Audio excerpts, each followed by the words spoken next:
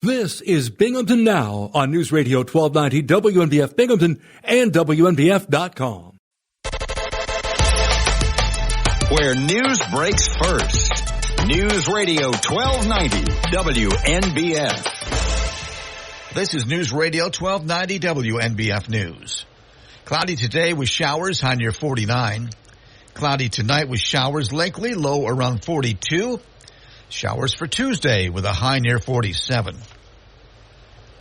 A major bridge in the village of Johnson City is being shut down as construction crews prepare to replace the existing concrete deck and sidewalks. Traffic is detoured around the Lester Avenue Bridge starting today. The bridge is expected to reopen in about 6 months. Mayor Martin Meany said the Lester Avenue span is one of the two bridge drivers used to travel between north side and the south side of the village. The bridge crosses the Norfolk Southern Railway tracks. Meany notes much of the curb along the east side of the bridge has deteriorated in recent years. The bridge will be closed to all vehicles and pedestrians while the project is underway. Although there will be some inconvenience to Johnson City residents, the mayor said it will be well worth it when it's done. Johnson City drivers will also have to deal with another construction detour soon. A section of Main Street will be closed down for the long-awaited Square Deal Arch renovation project.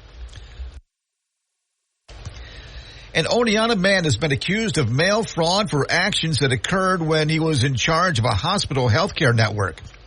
Authorities say Kevin Harrington was indicted on 2 federal mail fraud counts. According to the U.S. Department of Justice, he had been executive director of First Community Care of Bassett in Cooperstown. The agency is a unit of the Bassett Healthcare Network. While executive director, Harrington allegedly submitted fraudulent expense reports seeking reimbursement for the purchase of continuous positive airway pressure machines. In the scheme, he was said to have provided invoices to his employer that falsely claimed he had paid thousands of dollars for medical equipment that had not actually been purchased. Federal authorities asset First Community Chase Care of Bassett issued and mailed checks to Harrington for reimbursement. He was arraigned on the charges on Thursday.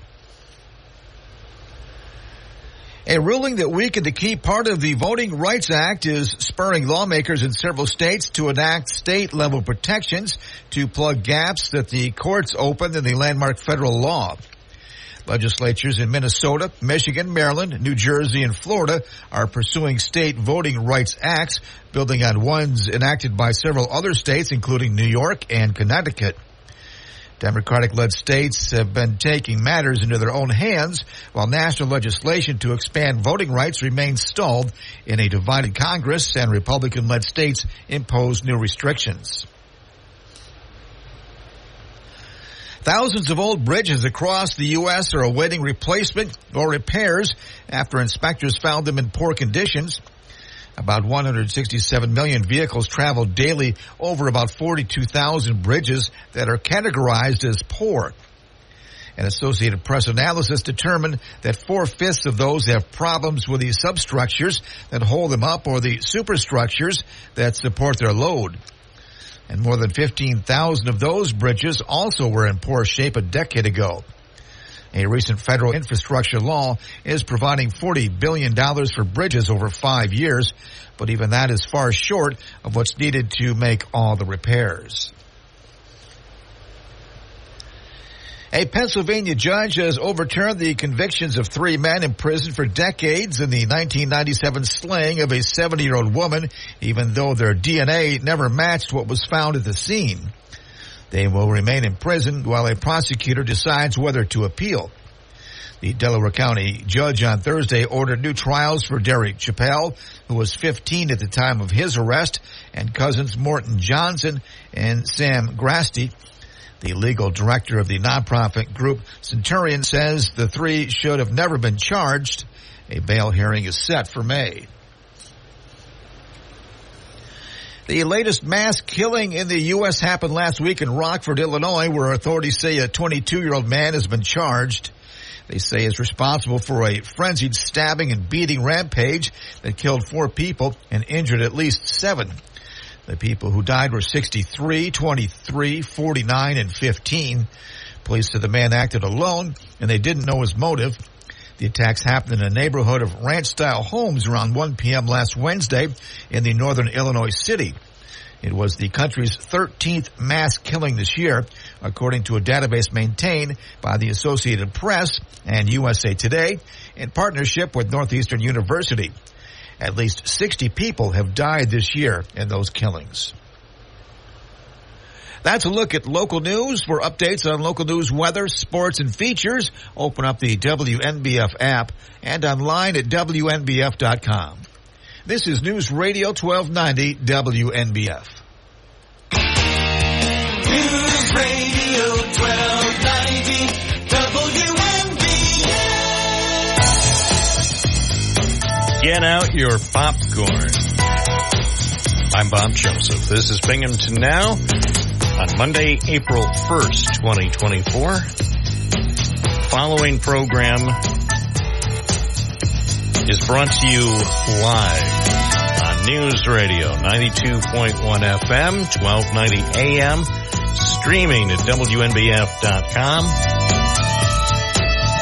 Also available on the free WNBF app.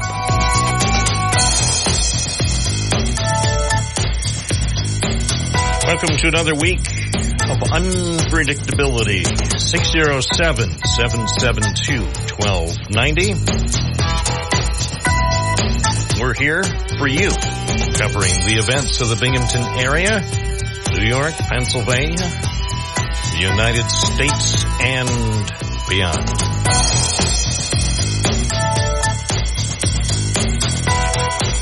Coming up next hour, we proudly present noted historian Gerald Smith. As seen in the newspaper. Gary Smith joins us in the studio for another unpredictable episode of Binghamton Net. We'll talk about area history with Mr. Smith during the 10 o'clock hour. And your phone calls and your questions and comments about area history will be invited. So, here we are, start of a new month. Forecast for next Monday, cloudy. Yeesh. Sorry. Oh, well. You know, after the last decade of hype, that's about what you would expect. So, anyway, don't throw away your glasses yet. Maybe that'll be the next story. The recycling of those useless glasses.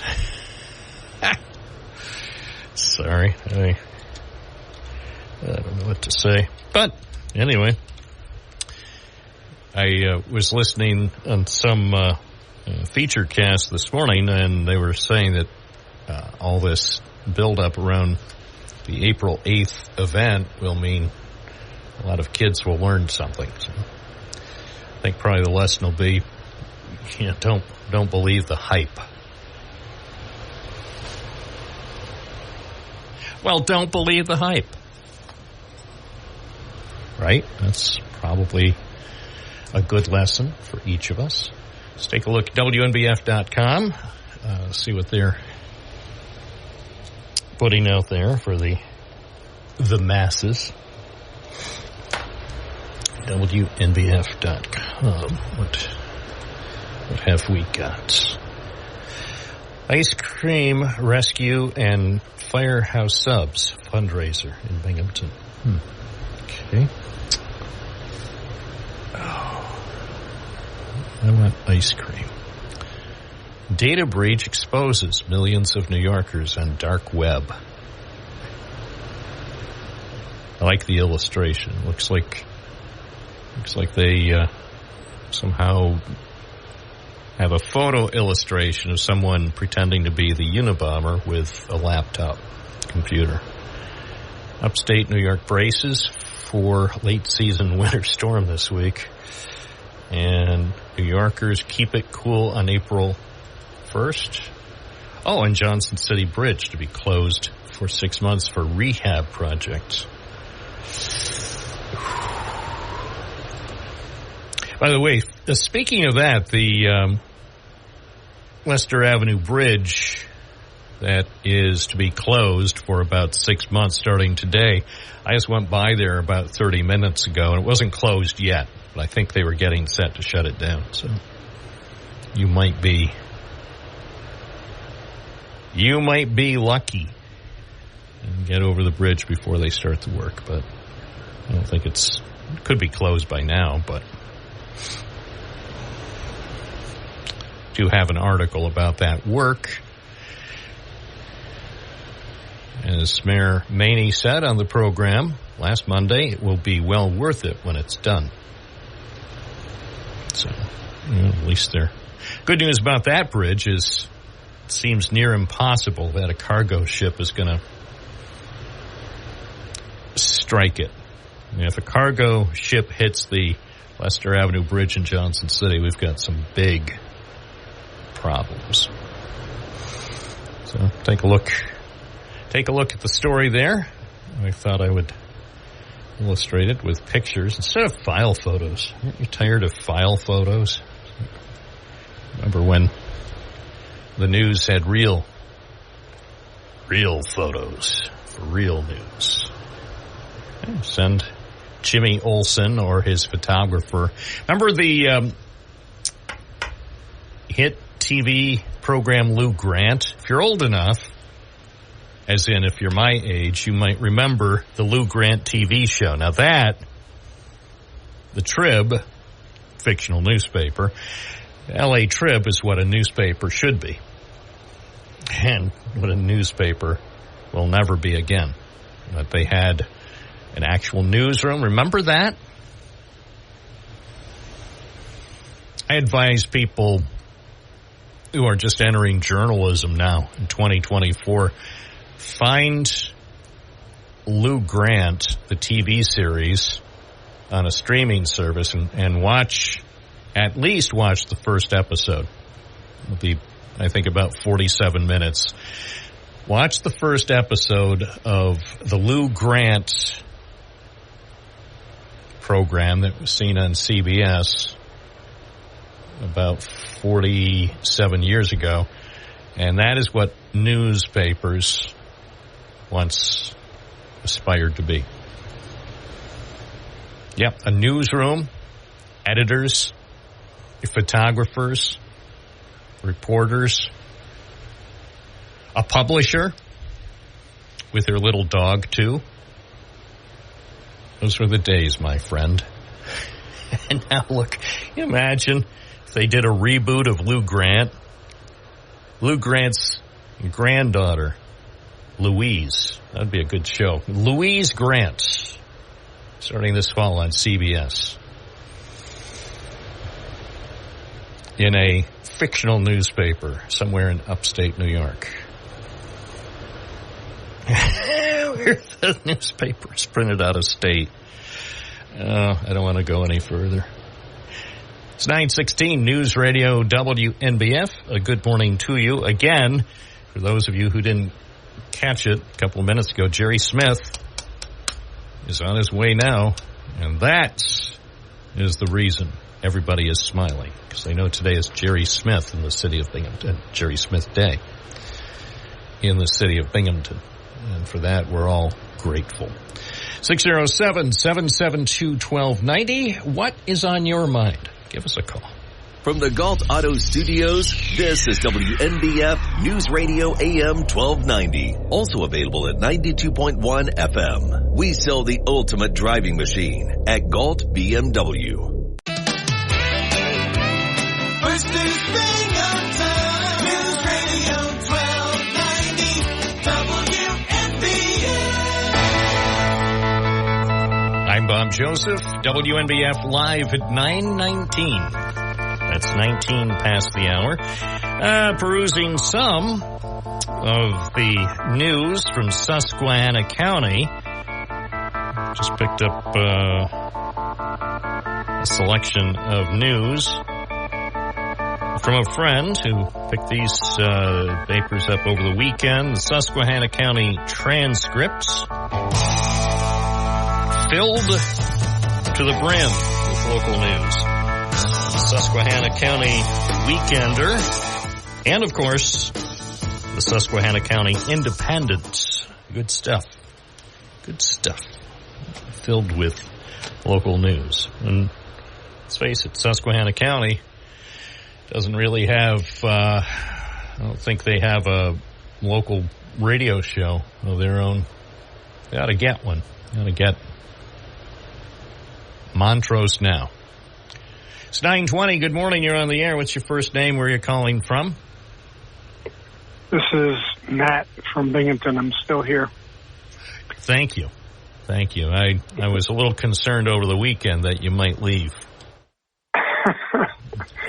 So I guess I would love to have a poll today about who thinks is the most disrespectful thing to Easter, whether it's what they're trying to make out that started in 2009 to have March 31st, the Transgender Visibility Day, which has been celebrated since 2009. And it just happens to be the first time it ever fell, I think, on Easter. And Mike Johnson and all the Republicans are pulling out their hair because they're trying to say that this is proof that of total disrespect for the Christian faith because it happened to fall on Easter, and a proclamation was given about recognizing that this day where transgender people say we are part of our fabric of the United States. We exist. We've existed for a long time. Yes, we're more visible than we used to be. It's making people uncomfortable, some people, but we exist. And so it fell on Easter, so now Mike Johnson. So the poll would be, which is more offensive to Christianity? The fact that, Joe Biden recognized the day that's been in existence for many years now. Well, I see it all over the place. My colleague Bob Lonsberry, he runs the Rochester talk show, so we all have to stick together. He put out an angry tweet himself on Saturday. He was angry. Bob Lonsberry, a noted radio host in Rochester, and he was beside himself by the proclamation by Joe Biden. Well, how come you didn't put out something? Because I'm not angry, and because I know the history.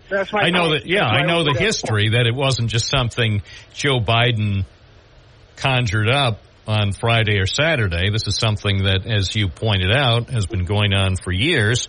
And by the way, here's my poll. Sorry.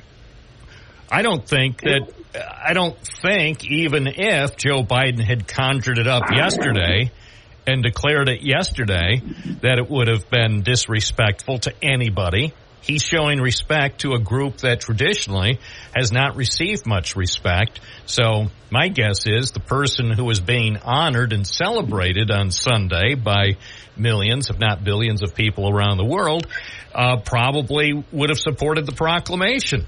There, I said it. Right. Okay, so let's have a poll.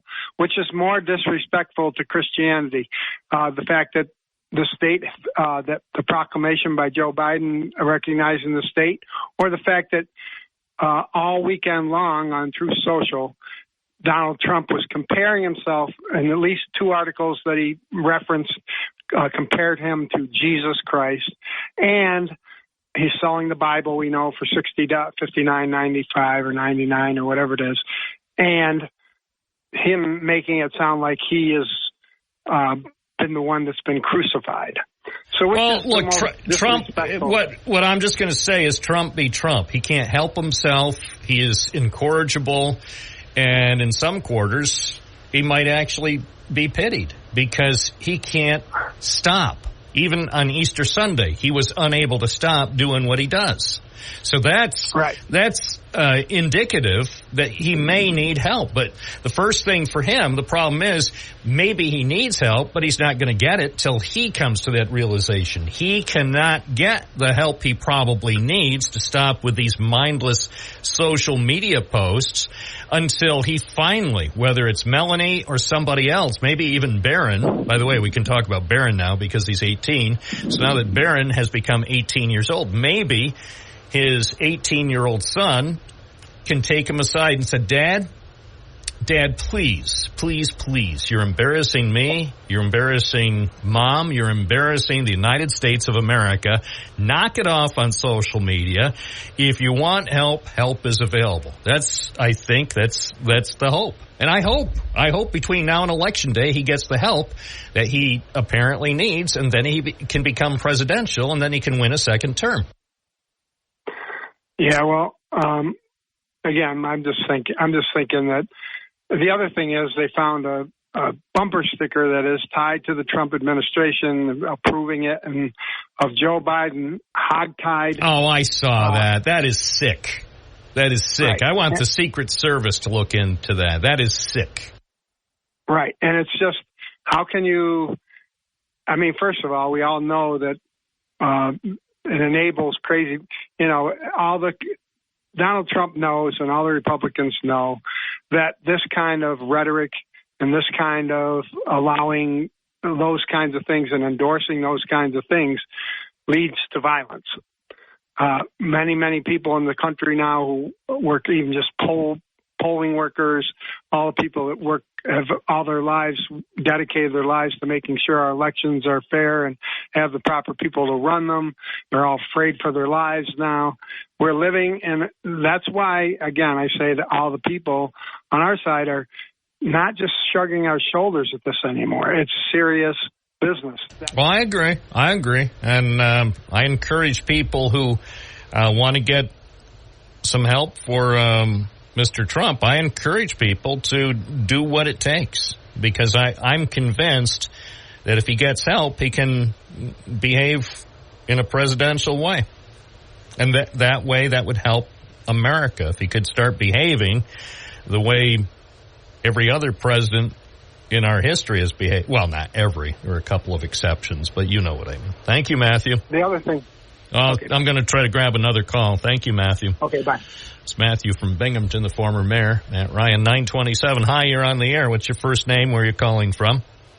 Vic the Poll Taker from Shenango Forks. Oh, have you been hanging out with that former mayor lately up there at Davies?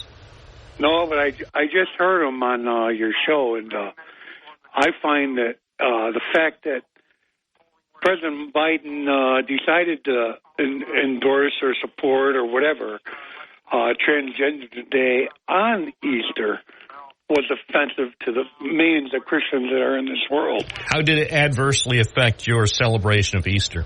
I was disgusted by it. When I heard it, I was disgusted by it. Well, I celebrated Easter as I always did. I didn't take offense.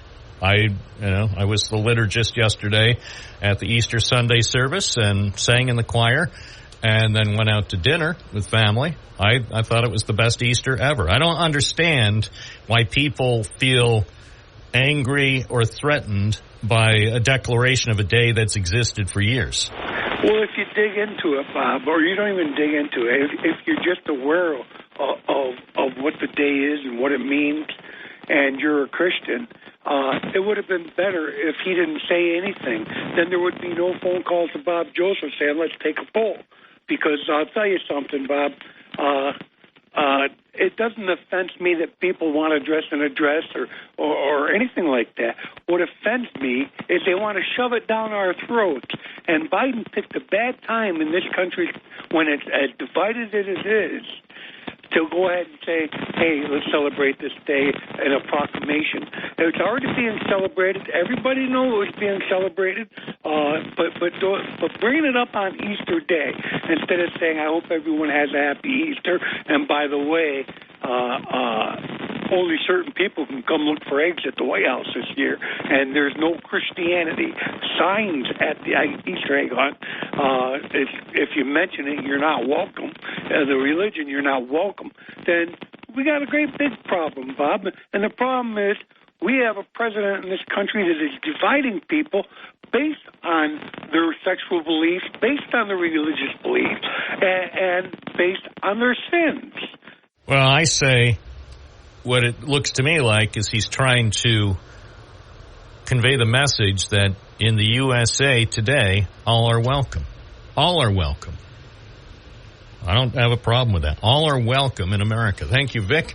It's 9:29. You're listening to Binghamton Now. This is WNBF Live.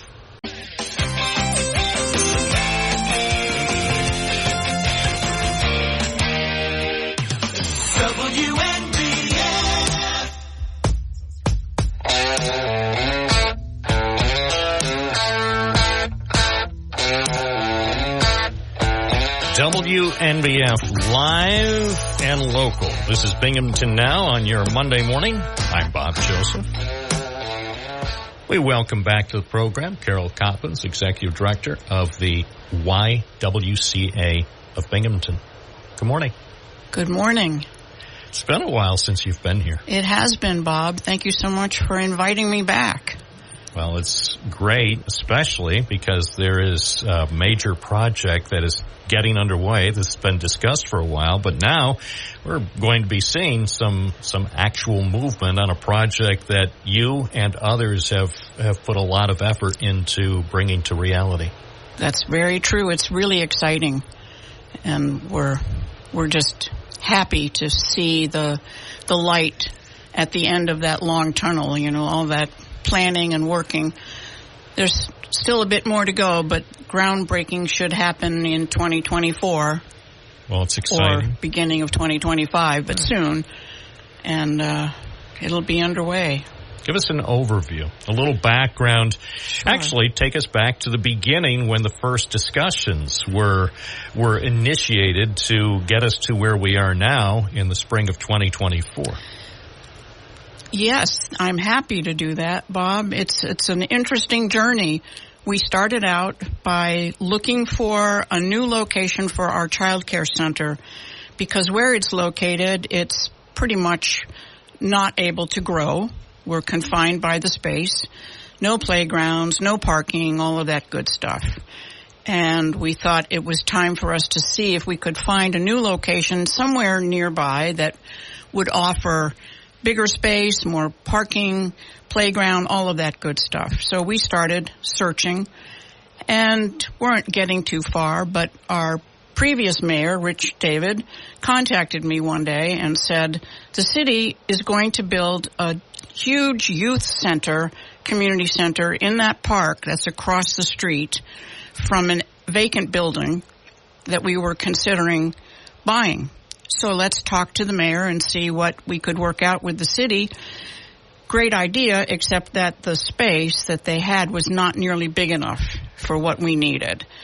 So he said, all right, understood, but maybe we can help you with this project, looking at some undeveloped parcels of land nearby. The city could help you acquire those, help you with the purchasing and renovation, building something on it. So let's take a look at that. And we did. And as it turned out, we were able to purchase 5 properties. The project obviously expanded far beyond just the child care center and brought in my architect and my developer, and we looked at the 5 parcels, including 45 Carroll Street, 34 Lyle, 24 Lyle, 22 Lyle, and 20 Lyle. So 3 of those parcels are undeveloped pieces of land. 34 is an old brick building that we are going to demolish. And then 45 Carroll is the old Urban League building that we will renovate to fit the new child care center. We'll be anchoring that huge campus encompassing those 5 property addresses that I just read off to you. And so the Urban League building is the one that many, if not most of our listeners will say, okay, now I know the area we're talking about because Right. that building has been there for over half a decade. Right, Yeah, for since a long the time. 70s. Yeah. Yeah, and we're going to repurpose it for the same use that the Urban League was using it for. We'll keep the facade. The bones are good, but we have to pretty much demolish the interior and rebuild it. And that will anchor, the campus will go around those 5 pieces of property. 68 units of affordable housing will be built. 34 of those units will be dedicated to domestic violence survivors, and I'm emphasizing that term. They will not be fleeing domestic violence. That's an emergency situation. These 68 units are long-term, permanent supportive housing. A lot of the questions I've been getting about this project are asking me about shelter. This is not a shelter. This will be long-term, permanent supportive housing coupled with a state-of-the-art child care center. And the model actually comes to us from Europe, where they have been for some time combining child care with nursing care. And it's working brilliantly, beautifully, because the residents in the nursing home work with the children, and the children have grandparents, and everybody's happy. It's a great model that's working really well. So that's the vision for the intergenerational campus, and hence its name, intergenerational. And that will be 95 slots for children, 68 units of affordable housing. The thing that I am considering with this project, along with work that's happened over the last decade in that general area, that short street, Lyle Avenue, between Carroll and Exchange, is how far it's come. I mean, I remember, because back when we had our station at Security Mutual Building, sometimes I would park down there. Sure. And old houses, there was a place. The highlight of Lyle Avenue for me was that's where the ice cream trucks would park on Lyle Avenue. I said, oh, that's where the Mr. Softy trucks hang out. But it was not, the place was not in good shape. And certainly with the work that was done with the Kauffman incubator, a lot of the older buildings, including the Mr. Softy building, were torn down. And so now, with this project, Lyle Avenue, I would say, has been, or will be, ultimately, when this is completed, sort of reclaimed, and it's a total makeover of a city street that was in dire shape, say, 25 or 30 years ago. You're absolutely right, Bob. This project is going to revitalize the neighborhood that it's going into. And the architect has done a rendering for us that gives us the visualization of what it will look like. It's beautiful. It's going to be gorgeous. We'll have playgrounds. We'll have green space. We'll have parking. Yeah. And, of course, the city-operated park is right across the street. Right. Yes. And I have to say, the city of Binghamton was instrumental in helping us get this project off the ground, as was Assemblywoman Lepardo, and Senator Webb has weighed in with her support as well. So we have great support and huge community support as well. So at this point, I know when people are asked about cost estimates, it's like, well, it could be something. One thing we know about cost, especially for construction costs never go down. The cost of labor and materials and everything will only continue to rise. But at this point in time, what is the projected total cost for this intergenerational project in downtown Binghamton? $34 million. So that's a significant investment in downtown. It is, and we are on our way to securing all of it. So that's exciting. Is there a way for the community to also support this? Obviously, as you said, there will be grants and other components that will take care of the major funding. Are there other things that people can do if they want to support the project? Absolutely. We are going to launch a 2-year campaign to help raise funds for the project mid-April, so stay tuned for that information.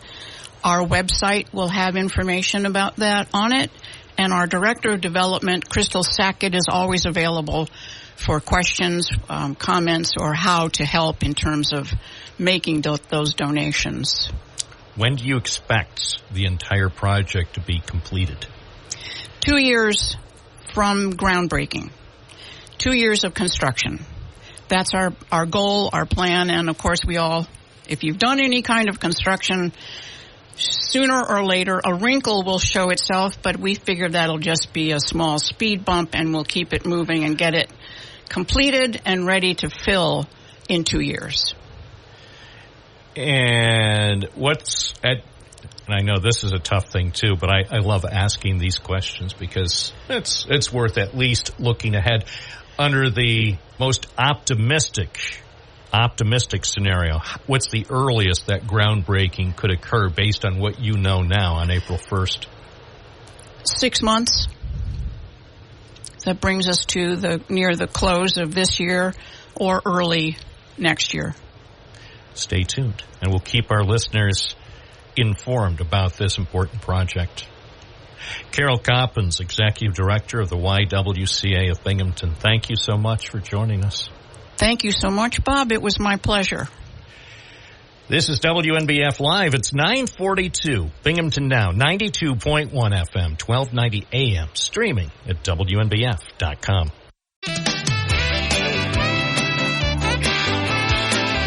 News Radio 1290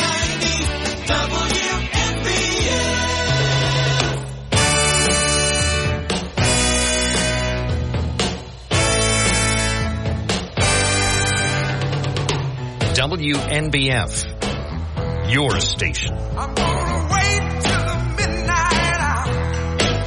That's when my love comes tumbling down. I'm gonna wait till the midnight hour when there's no one else around. 607-772-1290. That's the prize line. Call now to claim an imaginary prize. To caller number 1, 607-772-1290. Yeah, if I had a Yugo to give you, I would give you one. But I don't, so just pretend. We'll pretend. Right, Jerry Smith? We'll pretend. Yes, we'll pretend. Yeah. I'll give you a gremlin. Oh, jeez. No, I'll give you a Pinto. Ooh, just don't hit it in the back end. How about this?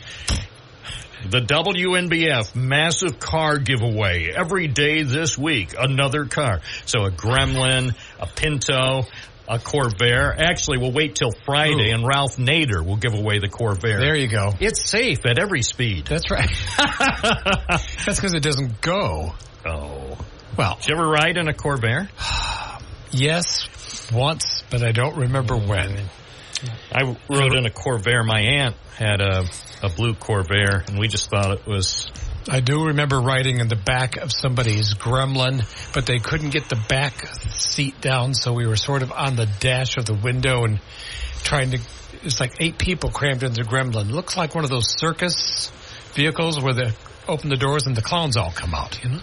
You know, you have to wonder what car executive in America thought it was a good idea to name a car the Gremlin? Gremlin. I mean, doesn't that sound like the exact opposite of what you would... Is your car acting well? Well, it's a Gremlin. Yeah. Well, of course, they also made Hornets. So here's the definition, according to the dictionary. Yeah. That's where you can find many definitions. Yes. Gremlin. An unexplained problem or fault. Yeah, give me a couple of them. Yeah. Hi, WNBF. You're on the air. You're caller number 1. Hey, what did I win, Bob? This is DJ in Binghamton. You've won an imaginary 2025 Gremlin. As soon as they start making them, you'll get one of the first off the assembly lines. God. Oh, my goodness. I've always wanted a driverless car. Yes, it'll be a combination Gremlin/Tesla. And Elon Musk, he'll be the first battery-operated Gremlin that will be able to drive itself around the roundabout here on Court Street. Bobby, let me tell you, this is not a joke. The best car I ever had. People are going to laugh. Your viewers are going to laugh at DJ in Binghamton, but I'm going to tell you something. The best car I ever had was a 1984 Chevy Chevette. And the group Audio Adrenaline even wrote a song about it. But the reason I called was... I wanted to ask Jerry Smith. Hi, Jerry. Hi. Oh, by the way, let's stipulate this is the bonus. This is the pre-show. This is Jerry is not getting paid for this segment. I don't get paid for the next one either. No. So, but anyway, yes, you can ask Jerry. You can ask Jerry a question. I want to ask you a local history question since you were my local. Me and Ed Hickey were in the same class. Local history. Instructor. Jerry, My grandmother is named after this, and my aunt has the same name. Now, I know it was not named after them, obviously. What was Charlotte Street? Who was Charlotte Street named after?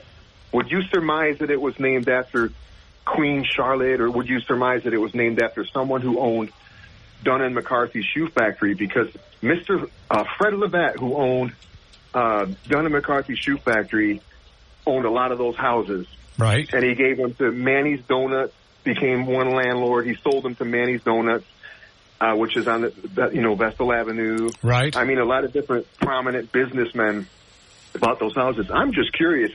If you can't tell me, how could I find out, Jerry? Off the top of my head, I'm not exactly sure of Charlotte. At the local history center on the second floor of the library, in our vertical files under transportation, we have a thing under road names of Binghamton. And there was a study done by one of my predecessors, Walter Irving, of all the street names and a lot of the origins. I don't remember if Charlotte's one of them. You might be right that it's going to be the daughter of somebody that probably had land over there at one time or another. Because it's been around for a long time. It goes way back. Yeah, I'm looking at the first year of the newspaper, the archives of 1904, and they were already reporting about a new factory, for example, that was going to be built between Charlotte Street and the railroad tracks. Right. So it's been part of the city for years. Yes, and you're right. There's a lot of factories, a lot of businesses that opened up there. Could be one of the factory owners did create the street and name it after a member of the family. I just can't say for sure. Could be a daughter, a sister, a mother, grandmother. You think it's the steel plant? But anyway, can you go slow and say that again? Because I went to the second floor before, and she didn't have any idea. Okay. It's the file on the street names, the origins of the street names of Binghamton are in our vertical files under transportation -Binghamton -street names. If I remember my subject headings that we put on all those file folders.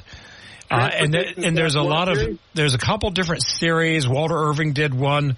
There was one done by groups of streets around the city of Binghamton, done in the newspaper way back in the 1920s and 30s, but they're all copied in that file, so they should be able to find it for you. Okay, you called it transportation / what? Binghamton / street names. Or road names. I can't remember if it's road names or street names. All right. But it'll be right there. All right. Thank you, DJ. Thank you. So I think during our regular hour, we can talk about street names around here because everybody loves talking about street names, including me. Yeah. What I want to know is, like, in Endicott, they have some streets named, like, say, Washington Avenue and Lincoln Avenue, Garfield Avenue. Yeah. But they don't have, like, a Kennedy or Obama or Biden Avenue. Why? I'm going to wait Stay tuned. until the next hour. We will cover that because I'm detecting, I think Endicott is playing politics with its street names. They ought to have a Biden Avenue. They ought to have an Obama Avenue. Where's Carter Avenue? Am I right, people? You don't have to answer. No, well, but I want to because I'm trying to open my mouth. I know, but we'll save that. We'll save that for the next hour. The next big hour. Yeah. History on the spotlight. Binghamton Then segment. Bob Joseph. We're going to turn the history hour into something of controversy. Not starting today, next month. Oh, fine. That's right. Don't get me fired just yet. No, well, don't say get fired next month on your anniversary. Because next month will be your 11th anniversary. Oh, that's right. Yes, it will. Yes. One of these anniversaries. I can't remember. I think it's the 12th anniversary where you get a cake. Oh, is it? Wow. the diabetic cake. No sugar. That's right. No taste. Really. More filling. So, no flour, no sugar. That's right. Nothing good. That's just it's an air cake. It's like air guitar, but it's an air cake. Made out of styrofoam. Ooh. Yummy, yummy. Yeah. Tasty goodness. It's 9:54, or as they used to say on the automated station, 6 before the hour.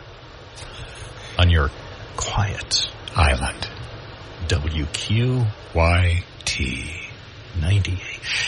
You know, that guy should have gotten paid more for all the work he did on those liners. But his heart rate was very low. I remember when they put me in a studio to record those. Yes. And they said,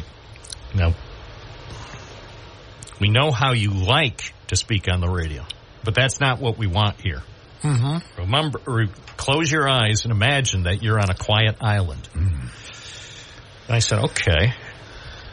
Now take it down 30 notches. It's like, well, I don't know. And so then, for the next, 8 or 10 years, everywhere I went, doctor's office, dentist office, wherever, stores, I would hear WQYT. And it sounded like it was like my final broadcast ever. Been at funeral homes that offered more excitement. Did they have like a set of paddles ready to go to get the heart started again afterwards so you could be normal? They didn't want listeners to be, upset. Or shocked. Just the opposite of what I do now. Yes. Don't be shocked. Call in now. That's right. Otherwise. Anyway, stay tuned for more of the pre-show with Jerry Smith. It's interesting how the pre-show is so much better than the regular hour. Thank you very much. Oh, it's not your fault. That's right. I resemble that remark. I take full responsibility. That's right. We have fun. I was going to say, fun for everyone on WNBF.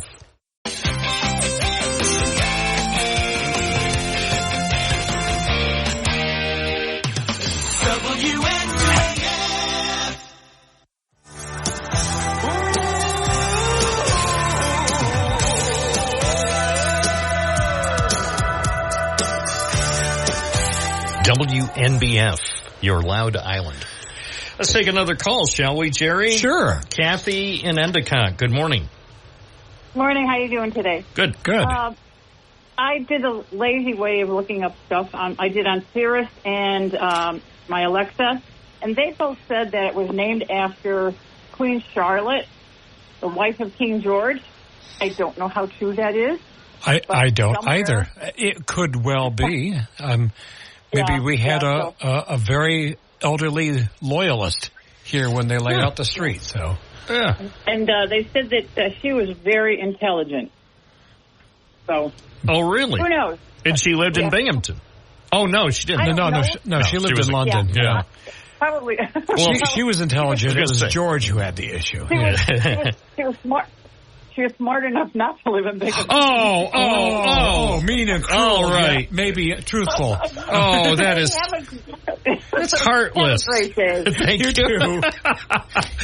Well, this segment's a lot more fun. Yeah, well, the funny thing is I was going to say something along those same lines, and I thought, no, I'm going to let the resist. listener do it. Lead the listener into the trap. That's right. So all the angry male will go. That's the MEL. I can tell. Yes, right. I can tell the general manager. Bob, did you say something negative? It was the listener. That's right. And I immediately corrected her. Let the record show. And then she'll say, okay. Still, because of that, I'm going to have to suspend you with pay for the next 6 months. And I'll be like, all right. With pay. Yeah. With double pay. Then you could finally write your memoirs. I can. All 3 pages of it. It's 3 times longer than I expected. Thank you. More of the legendary Gerald Smith to come. Don't touch that dial. You're listening to News Radio for America. I'm Bob Joseph with Jerry Smith on Where news breaks first. News Radio 1290 WNBF. This is News Radio 1290 WNBF News. For today, cloudy skies, showers, high near 49. Showers will be likely tonight, cloudy with a low about 42. For Tuesday, showers with a high near 47. On March 29th, the New York State Police were participating in a retail theft detail at a Target store located on Route 64 in the town of Big Flats. A male was observed placing a TV and other various items in a shopping cart and exited past all points of sale. The suspect was challenged by loss prevention and left the items behind as he exited. A Chevy Impala pulled up to the front of the store. Law enforcement attempted to block the vehicle to prevent it and other occupants from leaving the scene. The suspect vehicle was able to evade law enforcement and began moving toward the vehicle to pick him up in the rear of the parking lot. An investigator from the New York State Police and investigator Titich from the Chemung County Sheriff's Office chased the subject on foot as he began to run towards the Impala. The suspect slid across the hood of the vehicle. Investigator Titich reached to grab him and also slid under the hood. The vehicle accelerated and turned sharply, causing the suspect and investigator to be ejected from the hood. The suspect got up and ran. Investigator Titich sustained a severe head injury. The suspect was later caught and taken into custody. The state police investigator suffered a minor leg injury during the incident. The vehicle then fled the parking lot at a high rate of speed. Investigator Titich suffered a severe head injury and was initially transported by ambulance to Guthrie Corning Hospital and then flown to Guthrie Robert Packer Hospital in Sayre, where he was listed in critical condition. The suspect that was apprehended was identified as Dominic Haley of Ithaca. He was remanded to the Chemung County Jail. And then on March 30th, the driver of the vehicle, Fatuna Masilani, was located in the city of Ithaca and arrested and charged with assault on a police officer and reckless endangerment in the first degree.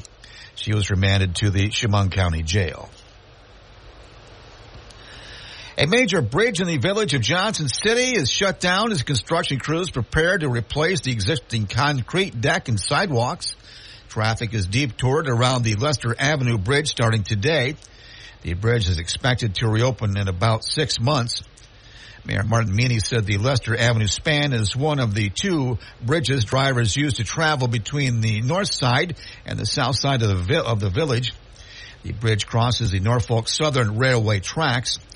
Meany noted much of the curb along the east side of the bridge has deteriorated in recent years. The bridge is closed to all vehicles and pedestrians while the project is underway. Although there will be some inconvenience to Johnson City residents, the mayor said it will be well worth it when it's done. The rehab project was expected to have been done last year, but the work was delayed. Early estimates indicated the job would cost about $2.5 million, although the actual amount may be higher. Meany said most of the tab will be covered by the state and federal governments. And Johnson City drivers will also have to deal with another construction detour soon. A section of Main Street will be closed soon for the long-awaited Square Deal Arch renovation project. On March 29th, New York State Police responded to the report of a female suspect with a knife setting fire to the Fast Track gas station located at 364 West Pulteney Street in the village of Riverside near Corning. Prior to law enforcement's arrival, the suspect had made threats to harm passersby, and upon arrival of police, the suspect threatened to kill law enforcement officers. The suspect was apprehended without any injuries and the fire was extinguished. Abby Fuller of Painted Post was charged with arson in the third degree, menacing a police officer, criminal mischief in the third degree, arson in the fifth degree, menacing in the second degree, and criminal possession of a weapon in the fourth degree. High winds and turbulence forced a United Airlines flight from Israel to be diverted from its destination of Newark Airport in New Jersey to Stewart International Airport in New Windsor, New York. Orange County Executive Stephen Newhouse says approximately 200 passengers were on board the flight on Friday. Some were transported to local hospitals for evaluation after landing in New York. The rest were transported to the Newark Airport. Newhouse says none of the passengers experienced serious injuries. Stewart Airport is about 60 miles north of New York City. A former New York City police officer has been acquitted of murder in the shooting of his childhood friend during a confrontation on Long Island. A jury on Thursday convicted 30-year-old Eric Allen only of menacing in the May 12, 2020 shooting of Christopher Curl. Allen was off duty when he shot Curl, his friend from elementary school. New York State Attorney General Letitia James' office investigated the shooting because it involved a police officer. Prosecutors said Allen shot Curl execution style, but Allen's attorney called the shooting a classic case of self-defense. According to Newsday, Curl's mother said she was shocked by the verdict. That's a look at news. For updates on local news, weather, sports, and features, open up the WNBF app and online at WNBF.com. This is News Radio 1290 WNBF.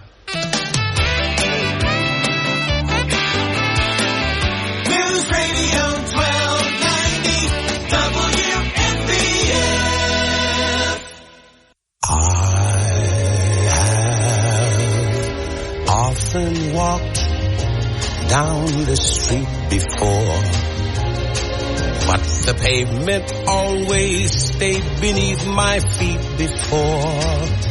All at once am I several stories high, knowing I'm on the street where you live. I'm Bob Joseph, along with Jerry Smith in the beautiful WNBF studio on Court Street in Binghamton. Listening to the wonderful. And you hear the street where you live. Yes. Today, among other things, we will talk about street names in the area. Why not? Court Street. How did they come up with that, Jerry? Because it's in front of the courthouse. See, I gave you an easy one. Yes. Now they get progressively more difficult because our listeners will call in. Yes, they will. At 607-772-1290. Street names. Jerry Smith knows all. Everything. Everything. Every place. Well, speaking of that, yes. I gave you an easy one about Court Street in Binghamton. Well, somebody's going to test me. What about Court Street in Owego? That's in front of the courthouse. I'll be darned. Oh, it's beside the courthouse, technically. Yeah, okay. On one side. You're 2 for 2. Yeah. Batting 1,000. Yes, but. Wait. There's about more. To end. I was going to say. Yes. Let's go directly to Oswego and... That's Owego. Owego. Not Oswego, Otsego, Otsego. And not Otisco. No. And certainly not Owasco. Or Itasca. The coolest small town in America. That's right. My workplace. Yes. Jesse from Owego, good morning. Okay, here we go, by the way, sir. Gerald, good to see you here this morning. I'm very curious about Owego now that you're the Tioga County historian. Talcott Street here in Owego.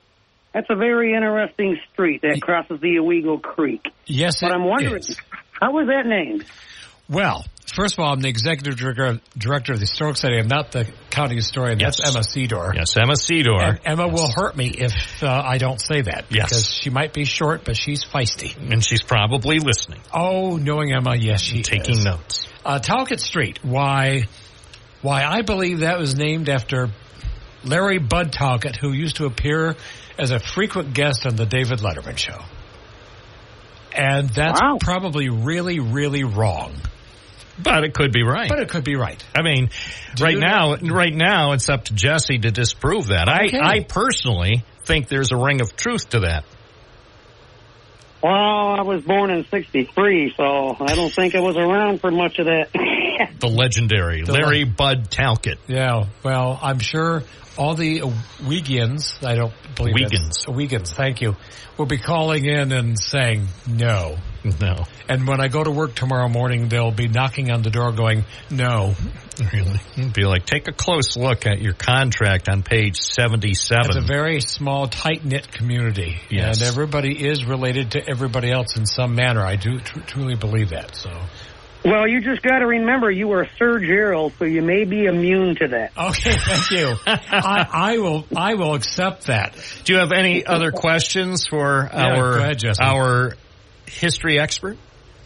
I do. What is the history behind April 1st, April Fool's Day? Wow. That's a good question. That's like question. You're just like Dick Wolf from Law and Order. That's ripped from the headlines. That's right. And you know, in all the years of doing reference work at the Broome County Public Library, I don't think I ever had anybody ask me that. May Day, I remember, but April 1st, I don't know the answer. All right. Okay. Well, probably some listener does. See, now the easy, cheap way out would be for me to just Google it, but I would never stoop that low on this program. No. Well, I can fill you in. This goes back to the mid to maybe 1560s. Okay. And this is when the original first day of the year was April 1st. And then they decided back then to change the calendar to the Gregorian calendar. Okay. Which now the first day of the year is January 1st. And what happened was the word was kind of hard to get out back in those days. So those that were ill-informed, didn't care, or didn't know when the new first day of the year fell in, they were known as April Fools. Oh. That actually makes a great deal of sense. Well, thank you for resolving Jesse. that. Yes. All right. Thank you. And that's Thank the you. story from a week ago, Yeah. making contemporary news. Let's take another call. I think we're on a roll. 607-772-1290. Who knows? We might actually take lots of calls today. That would be fun. It would be a lot of fun. Hi, WNBF. You're on the air. I'm Bob. He's Jerry. Good morning, Bob. Good morning, Jerry. Morning. My question Identify is- yourself, or we can't. I'm, the FCC Fran requires from- your official identification. Fran from Binghamton. Well, a credit card number? No. The FCC requires your credit card number and your social security number. He's lying. Don't read that. No, that sounds like some sort of radio scam. Yeah. St. Mary's home guy, but today I have another question. Okay.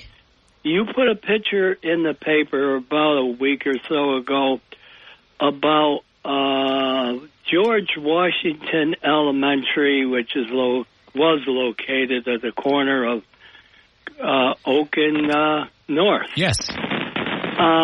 There was another little school on that property. Do you remember anything about a vocational school for girls?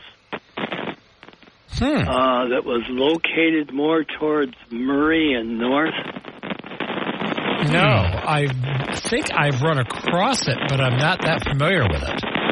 I saw a tiny little picture of it.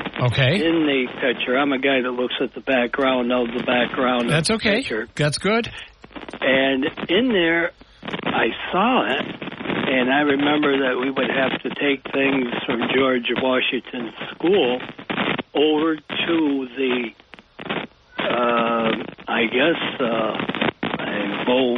vocational school for girls to learn sewing and cooking and all kinds of things like that. But when the school was tore down, Washington, right, nothing was ever mentioned about whatever happened to the little vocational school on the corner. It wasn't in the building.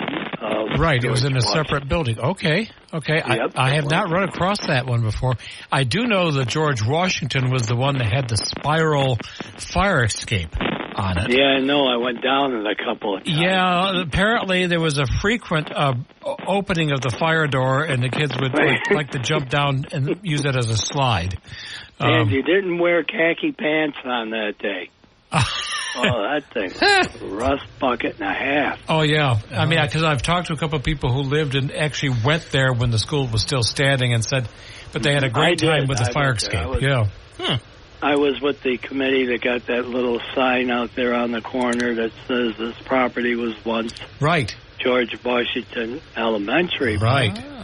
There's nothing that really signifies if the other school was part of the Binghamton school system. Yeah, I don't know. That's a good one. figment of Fran's imagination. No, probably not. You've always been pretty close to the mark. So.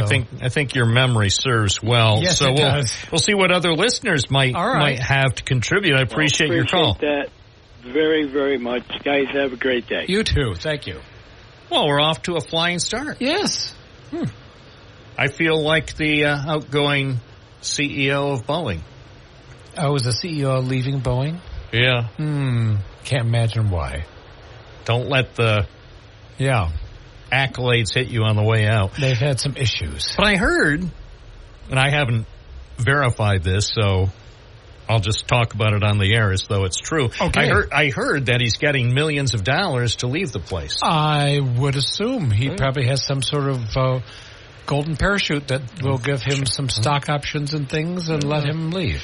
It'd be good if he's flying on one of those 737 Maxes. Yeah, right by that certain door with the latch The thing. door plug. Yeah. And without the bolts. There he goes. Yeah, okay. Well, all I can say is, based on all news accounts, he did his best to increase shareholder value. Yes.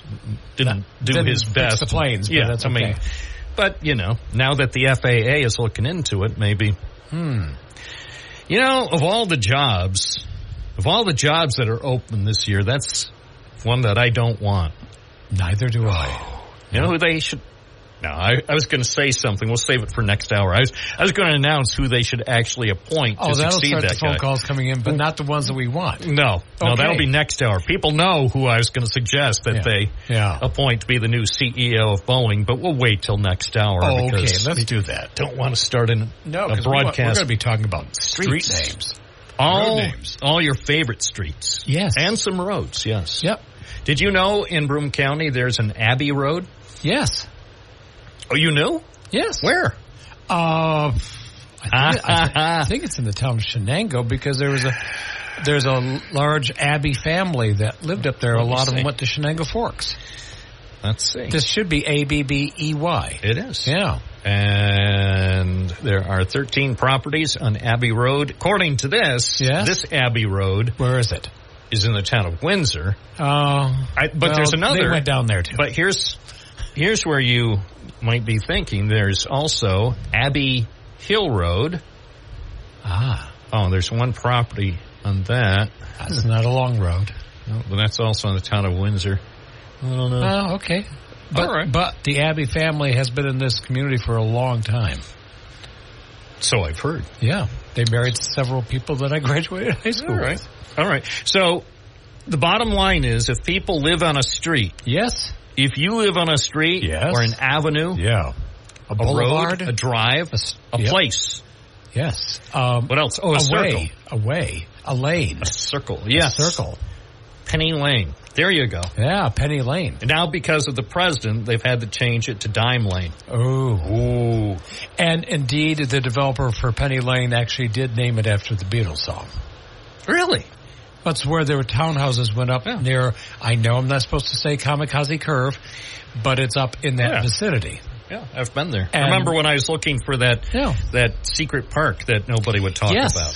Yes, that you have raised interest in. Yes. Yeah. But yes, the developer named it Penny Lane. Well, thanks to Labor's Local 7, I'll say. Yes. Union Park. Yeah. 1022, more calls coming up. 607-772-1290.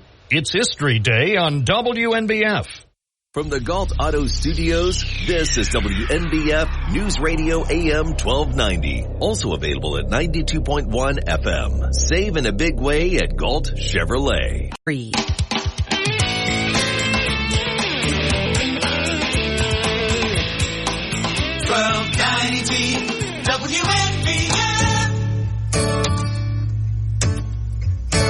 We're focusing on the streets today on WNBF.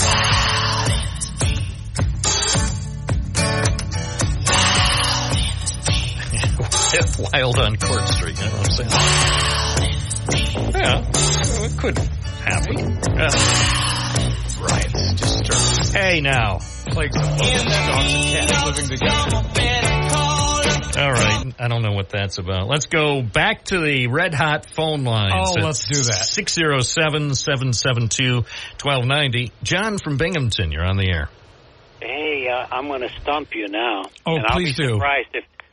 I'll be surprised if Jerry knows. I'm calling because I hope he knows something. Yes, Thank you, John. Yes, thanks for the vote of confidence. Yeah, the most famous business guy born in Johnson City, without a doubt. Ever heard of a guy named Louis E. Platt? Yes. Okay. I've Good heard for of it. you. I've heard of it. I don't know much about him, but I've run across his name. Well, I'm getting confused because in Tioga County, there's Thomas Platt, who was a senator and Republican power broker. And I don't know if they're related or not, but because it'd be sort of in the same time frame, but I can't tell you much about him. Okay. I know. Louis Platt started as an engineer in 1966 with Hewlett-Packard. Okay. Became chairman, successor to David Packard around 1992. Spent 30 years at HP.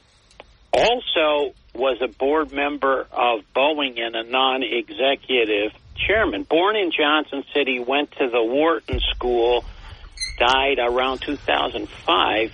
I guess people around here never knew he was from here. Otherwise, maybe they would have put the bite on him. I bet they would. You're right. That's probably why he tried to keep it secret. He knew about the people of Broome County too well. That's a reality. If you yes. got any money, if you're worth more than, we'll say, $20 million, they've got your number. Wow. And I have not run across them. That's actually good info. And there's somewhere in that valley there, Palo Alto, there is a roadway, a numbered roadway that is named after him. But yeah, I mean, that would have been great if he came back to Broome County. He would have been an inspiration to people. And one of the interesting things is that he was 100. He always blamed Carly Fiorina, who was his successor, for destroying Hewlett Packard. He died relatively 68, I guess. No. But yeah, cool. Perhaps they should name that little roadway Gannett Roadway after him because Yeah, that would be. Yeah, at least it's somebody that was a big success out of Johnson City. There was a lot of them. How long did he actually live here? So he was born at Wilson, but how old was he when he finally left? I see no evidence that he lived here for any length of time.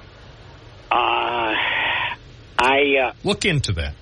Yeah, I'm assuming he left here after high school. But I see no evidence. And when I've done a quick search. Yeah, I mean, because there were quite a few people who were born here in Broome County and then for whatever reason didn't stay long. Well, there was a hospital and they were born there. But yeah, we'll have to look into that.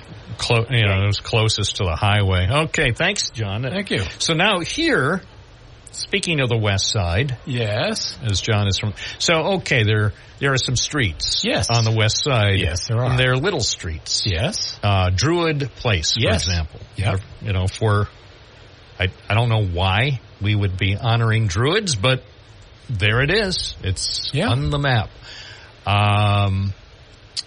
Nearby, and these are little streets off Helen Street. Yes. Okay, well, Jerome Avenue. Okay, I get. Gordon Place, I get. All right. Then for people. Taylor Place. Right. But then there's one in the middle, Aberystwyth Place. Aberystwyth, yes. Whatever. Yes. So who is she? I dated her. No. In 1972. No. That whole section from basically West Middle School over was the Willis Kilmer Farm. It was from West Middle down to Riverside. Oh. And John Clark Sr. of Clark Cleveland Food Products and such wanted to buy the old clubhouse, the Sunbriar Courthouse clubhouse that's on Riverside Drive, and the widow of Willa Sharp Kilmer said, if you want to buy that, you have to buy the whole 100-acre farm. Ooh. So he did. And it went from there over to West End, and it was John Clark who laid out the plots and named a lot of the little streets after Celtic names that he knew from his childhood. And Aberystwyth is a small city village in Wales. And that's where one of my branches of my mother's side is from Aberystwyth. They were miners. Mining is gone now from there. But a lot of those people came to the United States to work in the mines like Pennsylvania. All right. Well, so Druid and Aberystwyth, and I've forgotten, there's one more, but I've forgotten what it is. All right. Well, but okay, so here's a tougher one further east, and it's a very important street, but nobody knows why it's pronounced this way. Beethoven. It's Beethoven. But why do people who live on that street call it Beethoven? Why do people nearby pronounce the street spelled Goethe as Goethe or Goethe when it's supposed to be pronounced Goethe? Because those are named after Austrian and German members of Music and Literature Society. Haydn, Mendelssohn, Schubert. Yes. I literally had a man come in many years ago to get a library card, and he told me he lived on Beethoven Street. And I said, do you know who wrote the Ninth Symphony? And he said, of course, Beethoven. So my inclination to punch him in the head was resisted, so I could keep my job, and I sort of referred, no, it is pronounced Beethoven. All right. And it's pronounced Goethe Street, but it's Goethe Street, whatever. Yeah. Well, it's nice to...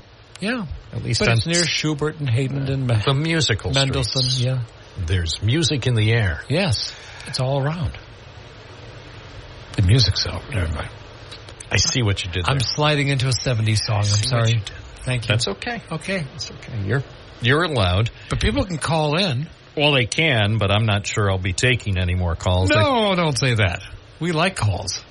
I like calls. You like calls, but... I like calls because it gives me a chance to not talk for a few minutes. Oh, okay. Well, if they want to call in, it's 607-772-1290. Right. If viewers want to call in, if you're sitting there watching your radio and saying, gee, I'd like to watch something a little different, you can call in 607-772-1290. On your, just like the 1290 AM. Yeah. How come we can't have like another number since we're at 92.1 FM, like 7... I don't know what that works out to. Yeah. Wish I knew somebody at the phone company, but ever since they closed their office on Henry Street, I don't know anyone at the phone company. Oh, I'm sorry. Coming up, we'll take more of your calls live on WNBF.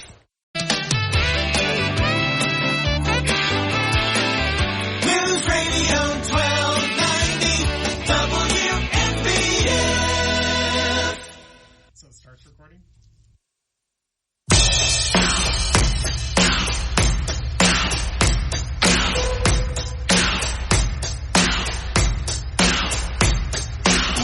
WNBF live at 10:35.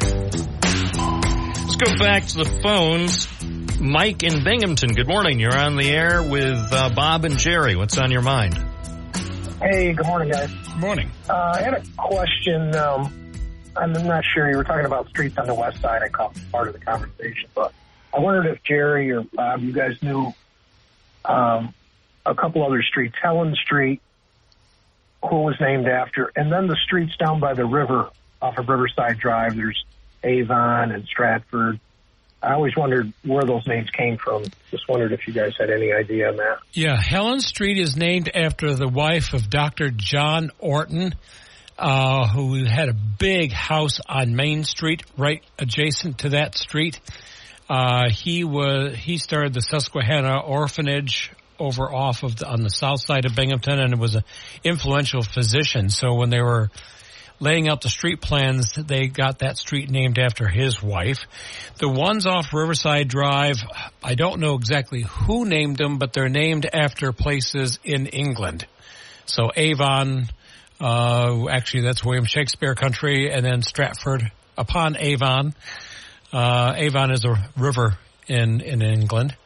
And there's probably a couple of others there too. So whoever the developer was that was putting in those homes got to name the street what they wanted. Well, what about Laurel Avenue? What about Vermont Avenue? Virginia Avenue? Well, those are... Vincent Street. Well, stop. No, Laurel actually predates that, and I've forgotten who it's named after. Vincent was named after one of the children of the developer there. Vermont, because it's named after Virginia after streets. Okay. But yes, Virginia, okay. There is a street. There is. Yeah. And Chapin Street, of course, for the legendary song writer and Harry performer Chapin. Harry Chapin. Yeah. In honor, when he died too young. Cat's in the Cradle. Campbell Road, in honor of Andy Warhol's favorite soup. Well, I actually thought it was named after Glenn Campbell. Could be. I don't think so. No. Any other street questions, Mike? It's a street, but it's over on Main Street, and I'm not sure of the street. It's a little dead end. And one of the Civil War, I don't know if he was a general or a corporal. That's where the General Jones house. I forgot what it's called now. It was originally called Bates Street, sometimes listed as Gate Street, and now it's, starts with an A. It's gone. Where John Darrow lives in the General Jones house. And it's a little cul-de-sac. It's like a cobblestone street down there. Yeah, I know the street. It's right adjacent to Chestnut Street. Chestnut is the next street. Okay, that was General Jones. Okay. General Jones. Yeah, General Edward F. Jones, who came back. He was fairly rich before the Civil War, came here right after the Civil War, and opened up a scale manufacturing company in the First Ward in the old Star Gun Factory. And then he lived there for a number of years. He built that house, and he built a house to its rear that faces Chestnut Street for his secretary, because he was a publisher, too. He was a lieutenant governor of New York State for a short while. And is that Baxter Street? What's the name of it? Baxter Street's in the First Ward. I'm blanking out on. But what I think is weird in the First Ward, they have a Baxter Street and a Baxter Avenue, like side by side. And my thought about that is, who in the city approved that? So you've got talk about confusion. So you're dispatching police or EMS. Is it Baxter Street or Baxter Avenue? I guess. Whatever. I'm trying to think of the one I want, but it is coarsely gone. It's. If I Google Earth it, I'm sure I can find it. I'm sure you will. Yes. Probably at 11:02. Well, maybe. All right. Well, thanks, Mike, for your call. Okay. Yep. Thanks. It's 10:40 at News Radio WNBF. Seminary Avenue. Seminary Avenue. Was there a seminary there? Yes. Susquehanna Seminary, which later became the St. Mary's Orphanage building. It was a variety of names. It was a ladies' college, Place College, Dix College, Binghamton Ladies' College, then Susquehanna Seminary. It became the St. Mary's Orphanage Home, and they tore that down to build the current Seton Catholic High School. Oh, I was just over there. Yeah, but that's where the school. But I can't talk about it because I was told that's not a story. Okay. I can't talk. I mean, I already reported it, but they told me you couldn't talk about it. Well, now that it's days later, I have committed it to memory, but I don't want to talk about it because they wanted to assure me it was not a story. It's like, this is not a story. This is not a story. This story is not a story. How about this, Jerry? Yeah? There's nothing to see here. Go home. Which means I'm going to stay. Well, that's how it works out. You tell a reporter this is not a story, well, what do you expect is going to happen? Indeed. Indeed.com. Oh, no, that sounds like a commercial, which would be wrong. Yeah. Indeed. All right, we'll take more calls as time permits. 607-772-1290. You're listening to WNBF Live. News Radio 1290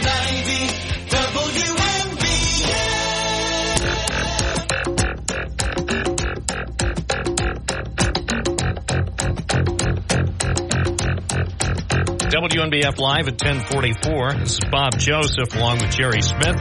Talking history at 607-772-1290. Jerry from Binghamton, good morning. You're on the air. Yeah, I was just wondering why they changed the name of Evans Field on the south side of Binghamton to Booth Field. And who is Booth? That's a good question. Yeah, I mean, I know the name Evans Field because I've run across it. Yeah. And what is it now? It's called Booth Field. I don't know the answer to that.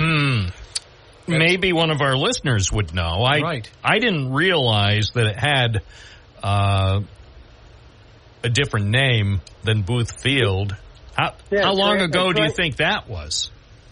It just happened, I don't know, probably within probably a few years or so.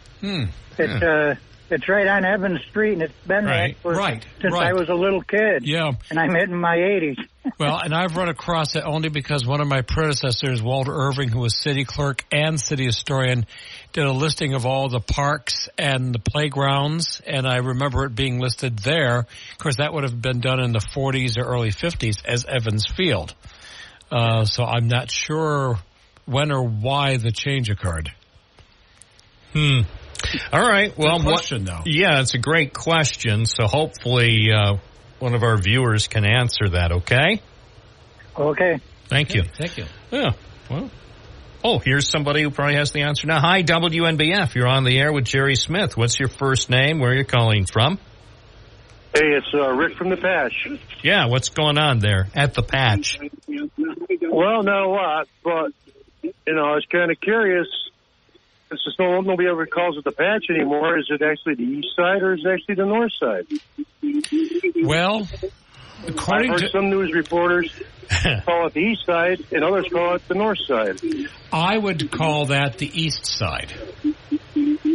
I think it's the east side too. To my knowledge, I usually call anything north of either Bevere or technically north of William Bingham's original land patent, which runs right across about where the fire station is on Shenango Street by the Binghamton Plaza. Right.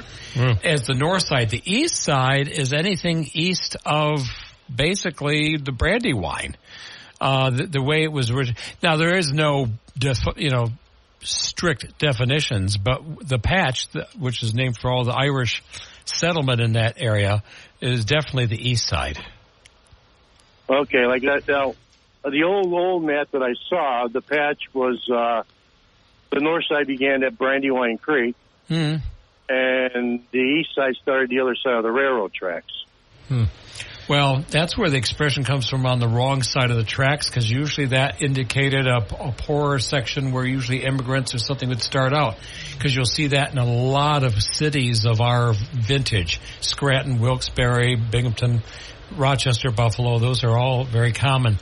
But I don't know, I would think anything, because the Patch is just a section of the east side. Yeah. It's not the whole east side. All right, we'll see what other viewers might have to say. Thank you. Hi, WNBF. You're on the air. What's your first name? Where are you calling from? Mark from Binghamton. Hi, Mark. Do you have a question for Gerald? I don't hear him. I think he's listening to his radio. Oh, yeah. Don't listen to the radio. It's a good program, but don't. Yes. Yes, I was calling about Booth Field. Oh, yes. On the south side. Go ahead. Yeah. That field was named after a young man named Michael Booth who was killed in a car accident. Do you know when the name was changed? About what time? Oh God, it was years ago. Okay, all right. Well, at least now we know the origin of the current name. Right. I appreciate that. Yeah, he was a North High student. He was killed in a car accident, and then they changed the name for him. Okay. All right. Thank you for the info. Yeah. Let's see. We get the answers here. Yes. WNBF, you're on the air with Jerry Smith. What's your first name? Where are you calling from? Hi, Jerry. It's Beverly from the town of Dickinson. Hi, Beverly.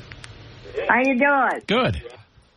Oh, that's good. I was wondering, how did Binghamton get its name? Thank you. Wait, that's a hard one. Come on, Beverly. No. Beverly's making me sound wonderful, so be nice to Beverly. All right, I'll pay attention. Okay, yeah. Binghamton's named after William Bingham, who was a wealthy Philadelphia banker who bought up, after the American Revolution, he got about 10,000 plus acres right at the meeting of the Shenango and the Susquehanna rivers. So that was, this area that we're in downtown Binghamton and such, was all his land. So he was the one who hired a man by the name of Joshua Whitney to lay out the street plans and such. So they named the town, the community, after him. So, but he never came here. He died over in England of a stroke in 1804, never having reached this area. He was planning to come, but it never happened. So for a while it was called Shenango Point, and then but it eventually formally became the village and then city of Binghamton. All right. Thank you. See, now we know. Yes. Okay. So, according to a newspaper, a photo caption, Booth Field is named in memory of Michael F. Booth, who lived from 1954 to 1971. He was an athlete and South Side resident who died in a car crash. Okay. So that's which is why the other gentleman knew it as Evans Field and this one is Booth Field. Okay. Okay. Now, Endicott. Yes. And we talked about this during the bonus segment about an hour ago. Street names. Now, Washington Avenue, I understand. Sure. George Washington. Yes. Father of the USA today. Yeah. More than 2 centuries ago. Okay, that I get. And then they named, listen to other notable Americans. Madison. We are familiar with his work. Jefferson. Lincoln. Yeah. Cleveland. Yes. One of my favorites. Harrison. Yeah. Where Phillies used to be. Monroe? Loader. President Loader. No. We remember her. No. Obviously. And then going east of Washington Avenue, let's see. East Garfield. Right. Grant. Yes. McKinley. There's a big one. Roosevelt. Yes. Adams. You're right. Yeah. Arthur. Jackson. Yes. But they left out a few. They have. And then for some reason, after Jackson, they started going with state names. Kentucky, Delaware, because that's more in Endwell, Nebraska. Yes, outside the village. But then there's Hayes. Yes. And Wilson, Hayes. Yes. Pierce, Taylor, Harding. But they left out a couple. They stopped after, I think, Harding is the last one. I think so. Because it was the Endicott Land Company developing the streets, and they named it after presidents, but even they left out, I think, 2. I don't think there is a Fillmore. There wasn't a Hoover. No, because there was no Hoover. Nobody wanted to live there. Right. He comes after Harding. There's no Polk Street. Oh, I left out Grant. I didn't mention Grant. Yes, they do have. Yeah, did I? Yep. Polk, and there's one other. It just escapes me when I do my walking tour that they left out. So that's why it stops at Harding, because that's the 1920s, and that's when the development company went out of business. So is there anything we can do now? I want them to catch up, because I think. Well, they've got a lot of catch up. I mean, so does Pittsburgh too. And they have 57 varieties in Pittsburgh. Yeah. But I say certain streets like Kennedy. Why can't they have a Kennedy Avenue? Everybody loved him. Could. Yeah. Well, Eisenhower Avenue. Eisenhower, Kennedy, Johnson. Yeah. Johnson Avenue. Nixon would be... that'd be a good one. That would be a certain... Ford. Reagan. Carter. Everybody Reagan. loved Reagan. Carter. You have to have 2 Bush streets. That's true. For George H.W. and George That is W. true. Clinton, of course, Binghamton beat him to it. Yeah. Binghamton was saluting William Jefferson Clinton even before he was born. DeWitt Clinton. It was named after DeWitt Clinton, the governor. You don't say. Yeah. You don't say. Yeah. Obama Avenue would be a good one. Yeah. And let's see. You probably should. Biden. You could do that. Avenue. Yeah. You might have left out a couple, but I think we hit all the relevant ones. The relevant? Yes. Yes. Let's see if we could squeeze in one more call before we are dismissed. Hi, WNBF. You're on the WNBF. You're on the air. What's your first name? Where are you calling from? Dave from Binghamton. Easy for you to say. So, what's on your mind? Well, I just I was calling to see if Jerry still wanted to. Sorry, sorry about that. That's not easy for me to say that, I guess. So I was calling because I heard the one caller say where the name Boothfield came from, and I was calling to also say about when it happened. So the first time I saw in the archive, it was. Oh, are we on the air? I'm afraid we are. Yes. Oh, okay. So yeah, 1973 was the first I saw in the paper. Okay. And it was the Little League championship between Kiwanis and Harris's. So that was the first I saw it mentioned. So it's definitely longer than a few years ago. But what I'm thinking, and Jerry probably sees it a lot, where people will name things or call things just what they think, what the normal comment is, even if it's or the normal name for the community. But so it's like Evans Fields because it's on Evans Street. It's kind of like how a lot of people always say, Beethoven Park, especially the students will say, Beethoven Park or Beethoven Park. Right. And they'll, even though it's Rec Park or Parkway Plaza, they'll call it Target Plaza. So. All right. Yeah. Well, thank you, Dave. Yeah, like here in Binghamton, Columbus Park, they used to call it downtown, and then they came up with a new name. Some people called it a new name. Remember? What did they call it? Let me see. I still call it Columbus Park. That's because that's the name of it. Well, me too, but there's some issues with Columbus. Yeah, somebody wasn't happy. They were going to call it something else, Peace Park or something. Something, yes. Yeah, I still call it Columbus Park because you're right. That's the official name. Yes. All right. Well, I guess we've learned a lot here, and you'll be back in May? Yeah, I think. May 13th? Yeah, May 13th. We're going to do Monday the 13th. We'll look forward to it. Thank you, Jerry. Thank you, Bob. You're listening to WNBF Live. More coming up on Binghamton Now. This is News Radio 1290 AM, WNBF Binghamton. Now on 92.1 FM, W221 EJ Binghamton, a Town Square media station. Where news breaks first. News Radio 1290, WNBF. This is News Radio 1290 WNBF News. Cloudy today with showers, high near 49. Cloudy tonight with showers likely, low around 42. Showers for Tuesday with a high near 47. A major bridge in the village of Johnson City is being shut down as construction crews prepare to replace the existing concrete deck and sidewalks. Traffic is detoured around the Lester Avenue Bridge starting today. The bridge is expected to reopen in about 6 months. Mayor Martin Meany said the Lester Avenue span is one of the two bridge drivers used to travel between north side and the south side of the village. The bridge crosses the Norfolk Southern Railway tracks. Meany notes much of the curb along the east side of the bridge has deteriorated in recent years. The bridge will be closed to all vehicles and pedestrians while the project is underway. Although there will be some inconvenience to Johnson City residents, the mayor said it will be well worth it when it's done.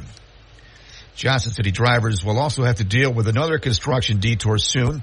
A section of Main Street will be closed down for the long-awaited Square Deal Arch renovation project. An Oneonta man has been accused of mail fraud for actions that occurred when he was in charge of a hospital healthcare network. Authorities say Kevin Harrington was indicted on 2 federal mail fraud counts. According to the U.S. Department of Justice, he had been executive director of First Community Care of Bassett in Cooperstown. The agency is a unit of the Bassett Healthcare Network. While executive director, Harrington allegedly submitted fraudulent expense reports seeking reimbursement for the purchase of continuous positive airway pressure machines. In the scheme, he was said to have provided invoices to his employer that falsely claimed he had paid thousands of dollars for medical equipment that had not actually been purchased. Federal authorities asset First Community Chase Care of Bassett issued and mailed checks to Harrington for reimbursement. He was arraigned on the charges on Thursday. A ruling that weakened a key part of the Voting Rights Act is spurring lawmakers in several states to enact state-level protections to plug gaps that the courts opened in the landmark federal law. Legislatures in Minnesota, Michigan, Maryland, New Jersey, and Florida are pursuing state voting rights acts, building on ones enacted by several other states, including New York and Connecticut. Democratic-led states have been taking matters into their own hands, while national legislation to expand voting rights remains stalled in a divided Congress, and Republican-led states impose new restrictions. Thousands of old bridges across the U.S. are awaiting replacement or repairs after inspectors found them in poor conditions. About 167 million vehicles travel daily over about 42,000 bridges that are categorized as poor. An Associated Press analysis determined that 4/5 of those have problems with the substructures that hold them up or the superstructures that support their load. And more than 15,000 of those bridges also were in poor shape a decade ago. A recent federal infrastructure law is providing $40 billion for bridges over 5 years, but even that is far short of what's needed to make all the repairs. A Pennsylvania judge has overturned the convictions of 3 men in prison for decades in the 1997 slaying of a 70-year-old woman, even though their DNA never matched what was found at the scene. They will remain in prison while a prosecutor decides whether to appeal. The Delaware County judge on Thursday ordered new trials for Derek Chappelle, who was 15 at the time of his arrest, and cousins Morton Johnson and Sam Grasty. The legal director of the nonprofit group Centurion says the 3 should have never been charged. A bail hearing is set for May. The latest mass killing in the U.S. happened last week in Rockford, Illinois, where authorities say a 22-year-old man has been charged. They say he's responsible for a frenzied stabbing and beating rampage that killed 4 people and injured at least 7. The people who died were 63, 23, 49, and 15.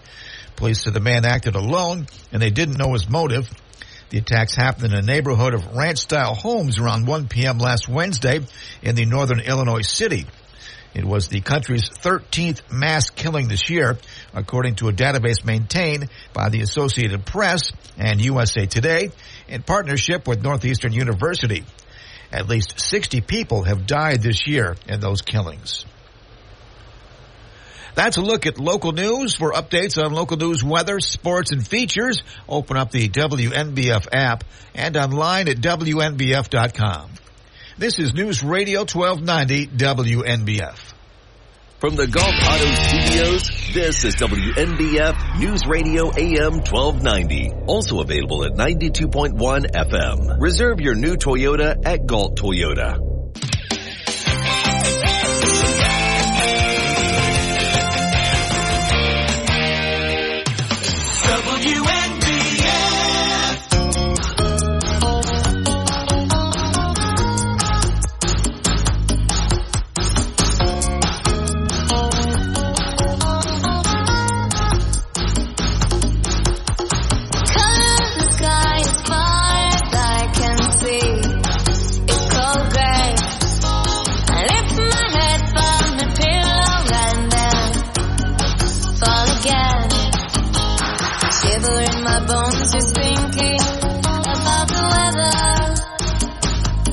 We're just thinking about the weather here on WNBF, and it's a good thing, too, because Dave Nicosia has brought in a colleague who also thinks a lot about the weather, and I think we have more meteorological power in the studio than we ever have had. Dave Nicosia, introduce our special guest. We have Jason Franklin here. He is the meteorologist in charge at the National Weather Service office in Philadelphia, and he also is native of Enwell, New York. Yes, thank you for having me. Well, welcome, Jason. Thanks. And Dave, welcome back. So this doesn't happen too often, probably anywhere in the United States, where 2 meteorologists in charge are in the same broadcast studio. I mean, this could be a first. Could be unprecedented. Unprecedented. So that's, yeah. And what better time, by the way, for listeners who want to know the forecast for next Monday, Dave Nicosia will provide you the most accurate current weather forecast for next Monday at the end of this segment. Yeah, right. Yes. That's so right. Stay tuned. I'm still thinking. He has some important information. He's busy taking a closer look at the European model. No. The American model. I know. Besides the European model, I mean, I like her, but I prefer the American model best. You know, maybe I'm wrong, but, you know, yes, the American model is what we'll go with. And so stay tuned if you're concerned about anything, say, on April 8th. We will get to that in due time.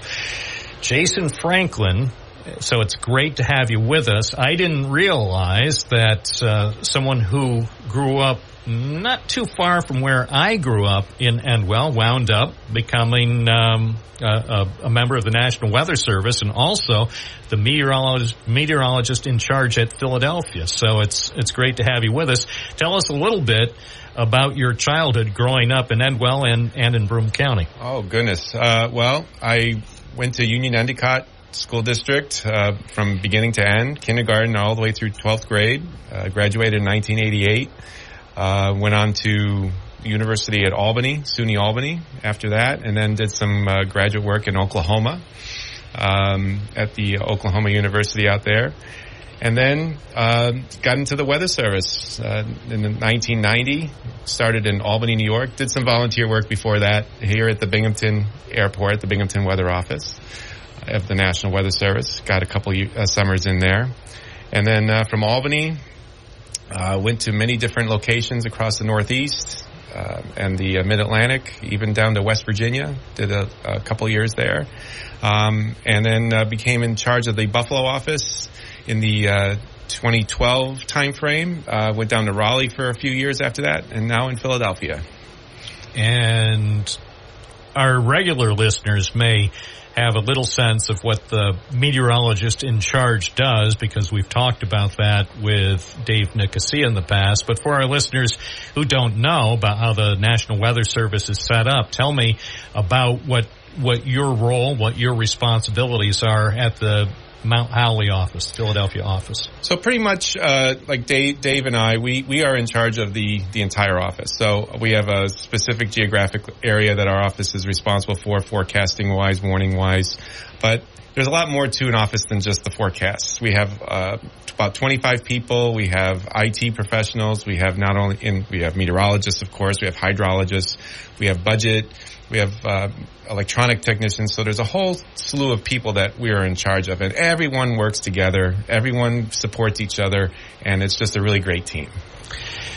Let's talk about how the technology has changed. And Dave, you're welcome to chime in here too, because I mean, both of you with your years of experience, you've seen a lot of advances in forecasting technology, and yet, as our listeners know, forecasting still is not an exact or precise science. I mean, even with the latest tools, and I'm convinced even 50 or 100 years from now, it's never going to be 100% foolproof or accurate, despite what people want. Give us a little sense of how things have evolved from a technology standpoint over the years. I remember we used to have fax machines, and that when we would get the maps, we'd have to rip the maps off of the fax machine and hang them on the wall, and then we'd have to go to another room to even look at the radar. And then the satellite, that was over in another room, and just trying to get a complete picture was a little bit more difficult.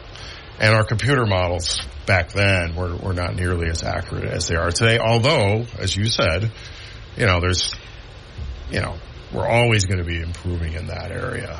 But yeah, it's easier in some sense. We have more data and we produce better forecasts, but people's expectations are outpacing what we can forecast. That's what it's become. Well, and that must be, on one level, I would think, for forecasters, it's got to be somewhat frustrating, and yet I also understand that virtually anybody who goes into the profession understands that walking in, that you're never going to be as accurate as the public wants. The public wants a 100% foolproof forecast, and they want it not just a week in advance. They want to know a month or a year in advance. And let's face it, sometimes forecasting what's going to happen even 3 to 6 hours from now could be difficult because of very specific conditions that can and will change.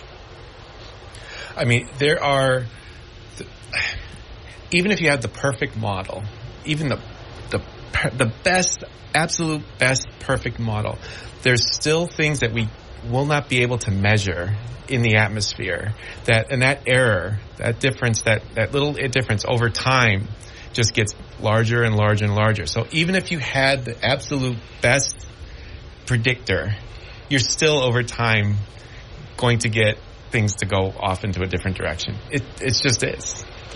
We can't put weather sensors every square inch of the atmosphere. I mean, that's what it comes down to. There's, we initialize models with data, but this data, is fairly sparse. I mean, relative to, what the real atmosphere is. Well, and you look, like, say, New York and Pennsylvania, obviously there are some specific population centers, the big cities, New York City, Buffalo, Rochester, Philadelphia, Pittsburgh, but you also take a look at the other less densely populated parts of these states, and it's actually amazing the geographic area, the number of counties that National Weather Service offices are providing a forecast for. So say if you simply had to provide the weather forecast for Philadelphia or the forecast for Binghamton, that's one thing, but both of your offices are serving a significant geographic area.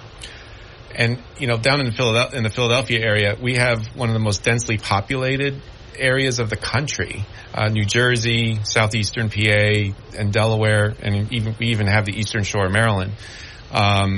It's so dense that we have over 11 million people in that we serve in our area. Now, Bingham, you're Dave. Yeah, sorry. Hey, we have 2.5 million. We're in the millions. We're in the millions. That's okay. Every one of those 2.5 million is important. So, but when you have 11 million people in an area and you have a lot of visitors that come. I mean, a lot of people from Binghamton do come down to New Jersey in the summertime. And so that population just explodes down at the shore. And so it goes from 11 million maybe to 13, 14 million people. And, so you have so many people densely in one spot. And then if the forecast is off, where's the thunderstorm is going to be, a lot of people are going to see that.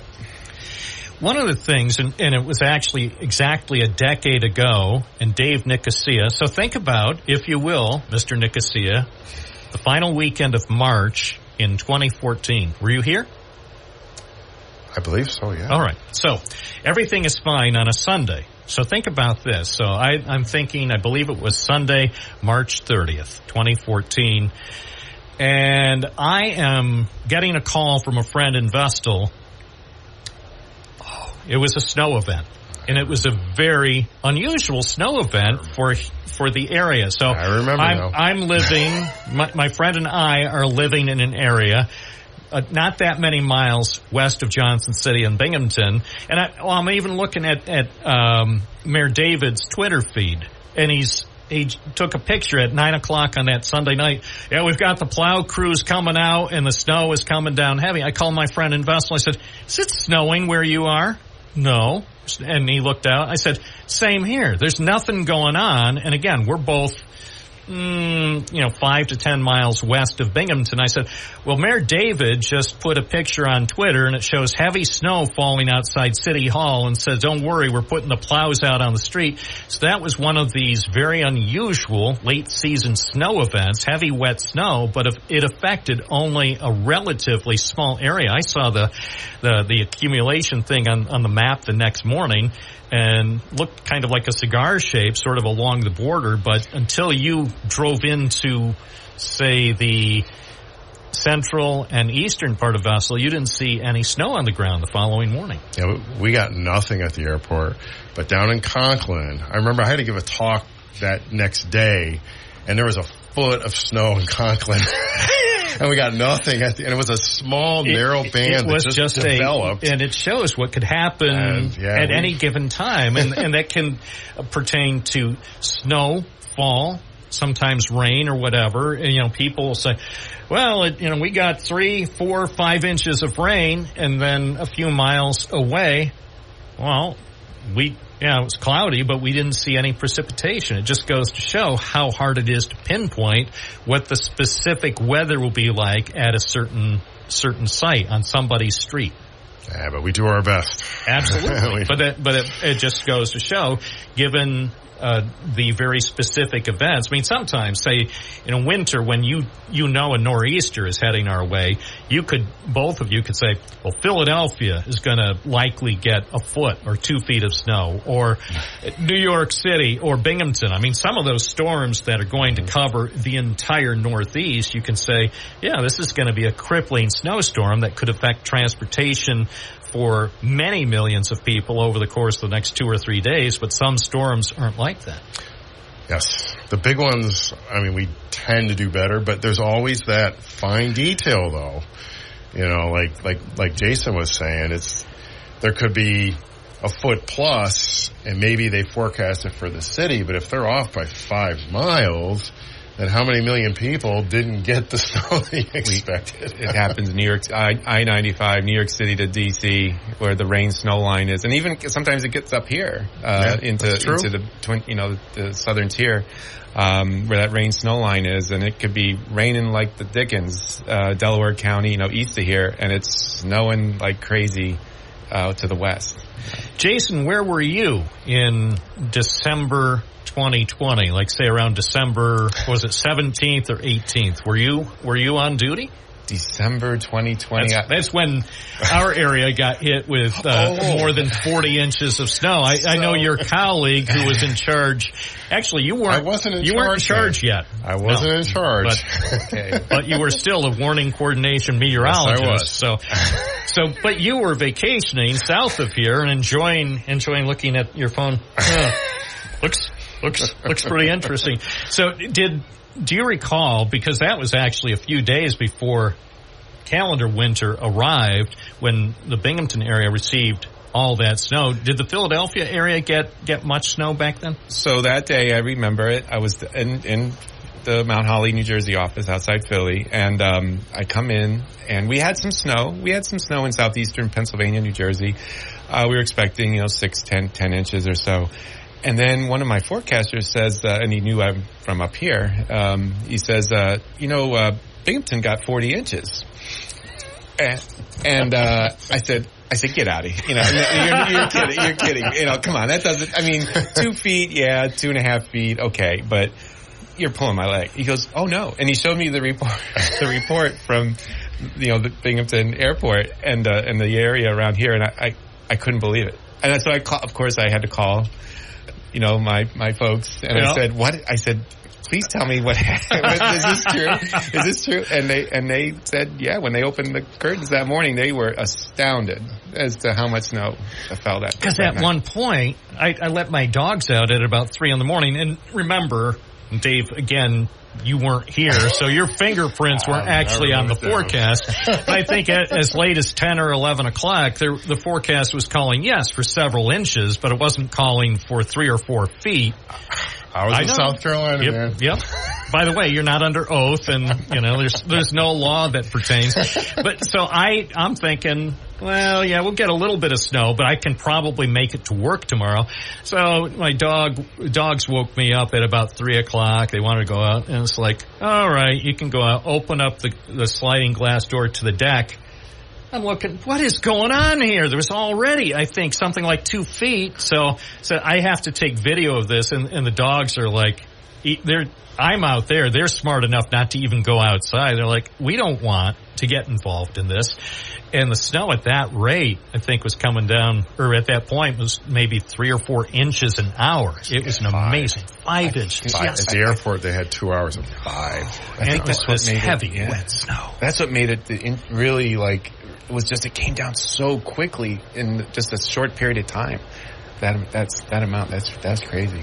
The one thing, here we are, it's the start of April, so a lot of people in Binghamton and Philadelphia and New York City are saying, oh, we made it to April, so we're out of the woods. Well, what we discovered, and Dave Nicosia remembers what happened to Binghamton 2 years ago, around April 18th, we wound up with some heavy wet snow, enough that caused significant power outages. I think more than 50,000 NYSEG customers in Broome County lost power for an extended period because of that mid-April storm in 2022. Yep, I remember that.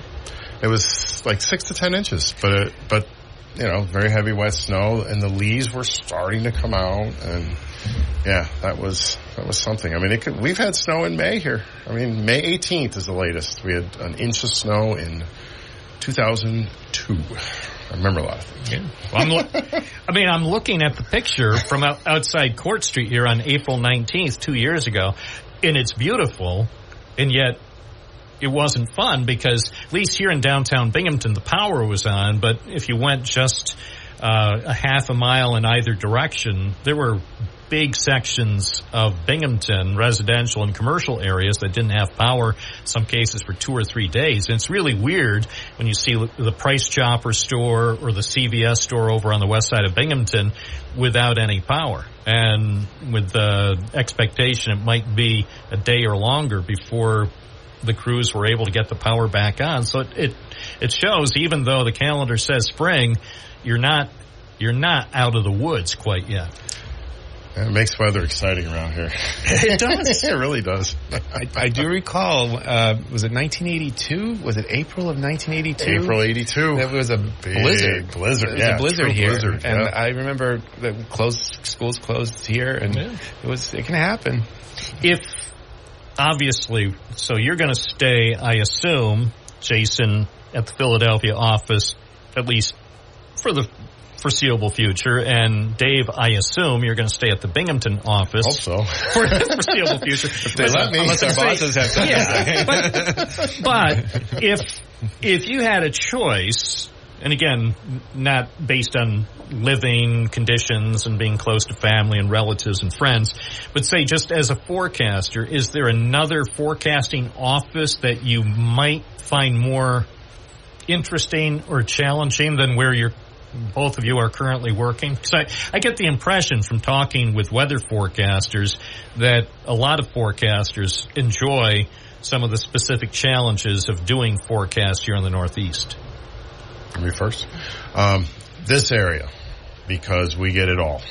We get everything. We've had blizzards, we've had tornadoes. Of course, we all know about flooding. We get such a variety of weather here. So yes, and this is home. So yeah, I'm happy to be here. I will have to say I like where I am now in southern New Jersey, the Philadelphia area. But I will say I will add one more element to Dave's because I'm the same way. I down there we have everything, but we have the ocean. Yeah.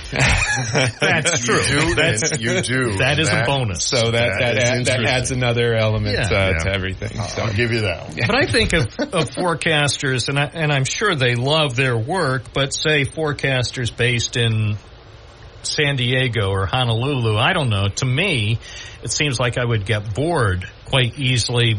And look, those places, every place has its share of weather and aberrations and challenges. But it just seems that over the course of a typical year, I would get bored more quickly than, say, if I was working out of Mount Holly or Binghamton. But what are your thoughts on that? Again, it depends. There are different things that each office is specializing in. So, yeah, San Diego and Phoenix may be the retirement haven for a lot of people that just want to sit back and, take it, every day and just not do much. But like in Phoenix, their main thing is water. There's such a, limited supply of water. And so water management is a huge, huge thing. And heat.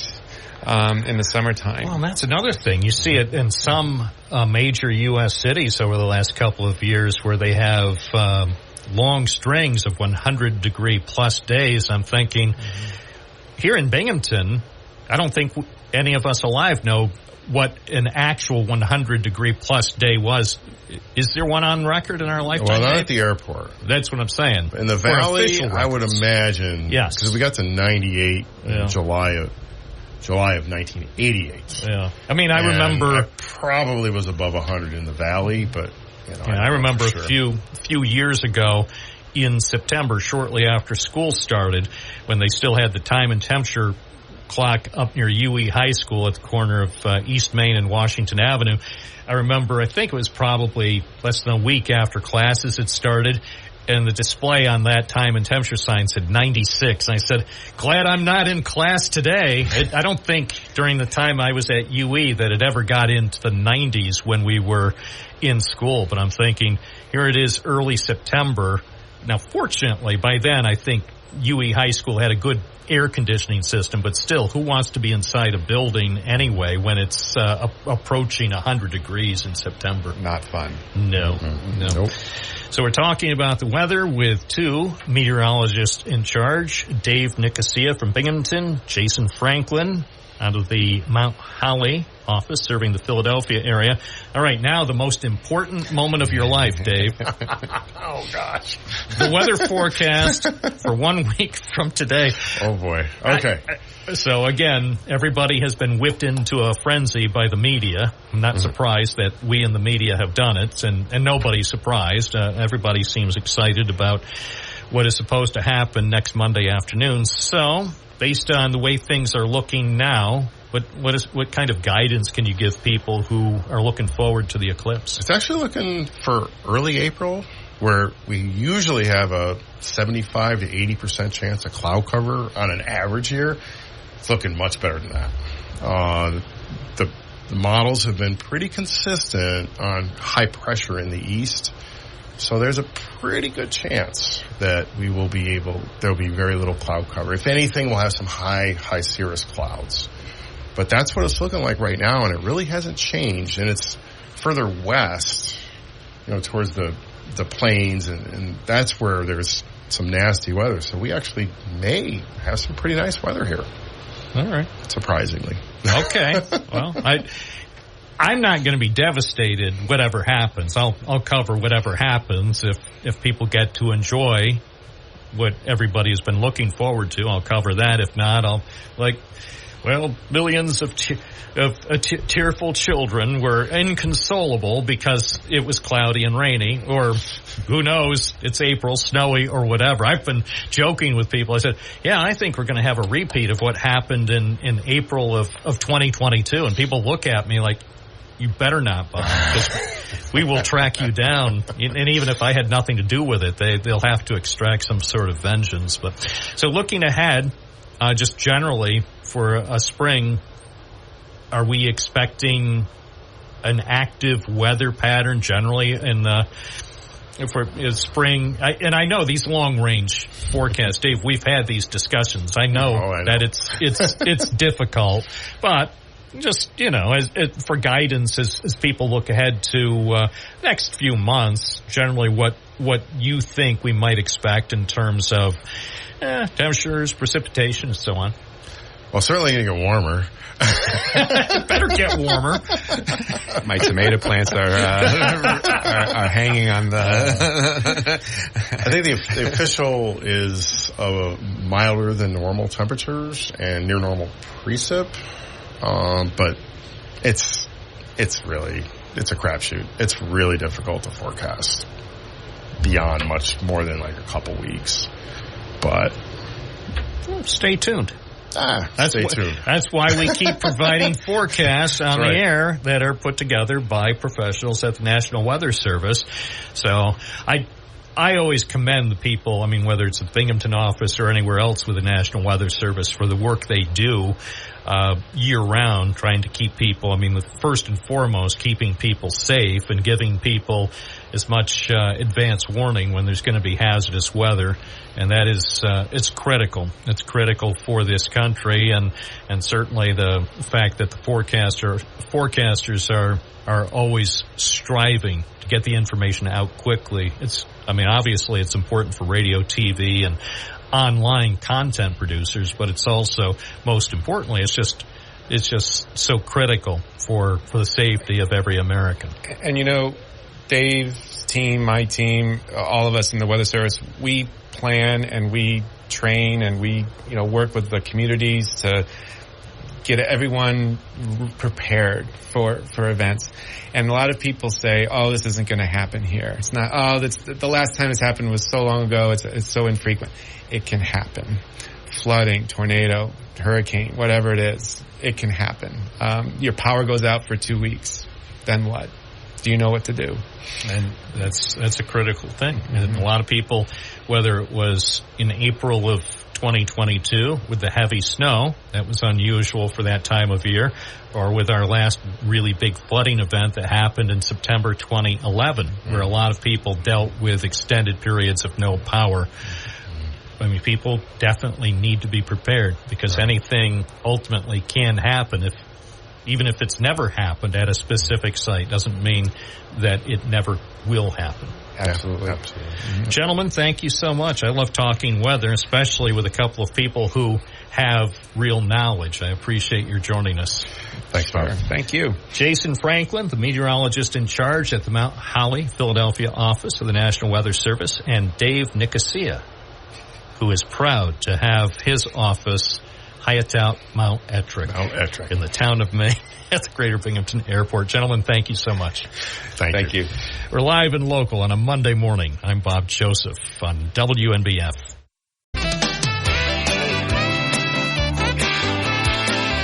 News Radio 1290 WNBF.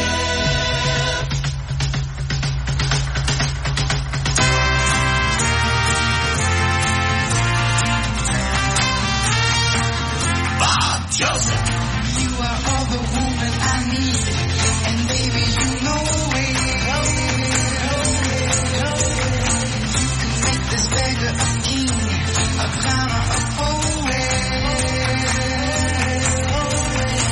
I'll give you all that I own. You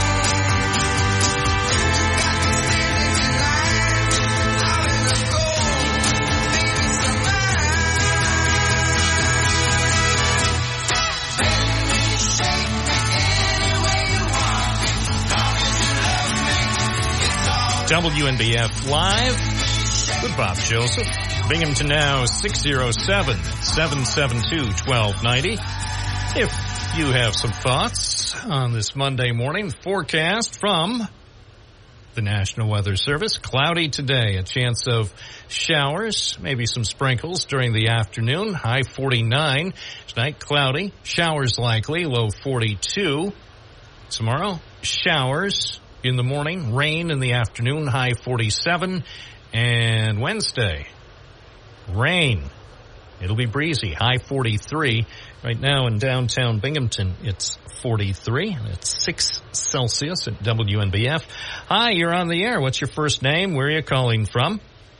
Hey, Bob. It's Bob from Port Dickinson. How are you? Great. What's up? Well, as you know, it's the first of the month, and that means that the Citizens for a Better Broome folks meet at 6 o'clock. It's the first Monday of the month. We meet over at the Park Diner, as you know, at 6 p.m., have a light something to eat, and then discuss the issues of the day that involve the folks of Broome County. Tonight, I think we're going to talk mainly about the town of Vestal and the issues that continue there with the new leadership, old leadership, and a lot of ruckus at times from all factions that are interested in Vestal politics. But we won't limit it to that. We also will talk about anything that interests folks that has to do with taxation, governance, cost effectiveness, how to keep our children from fleeing, how to keep costs low and the government accountable. And we do that. We'll do that tonight at 6. We invite everyone, regardless of your political stripes, to join us. We love to talk about the issues of the day and get feedback from folks from where they live and what we can do to help them or monitor their situations in their school districts and their governance. So, again, Bob, thank you for the opportunity. 6 p.m., the Park Diner in Binghamton. We meet out back, and be happy to see all of you there tonight. All right. Thank you, Bob. Hope you have a great evening. You too. Thanks, Bob. 1144 at News Radio, WNBF.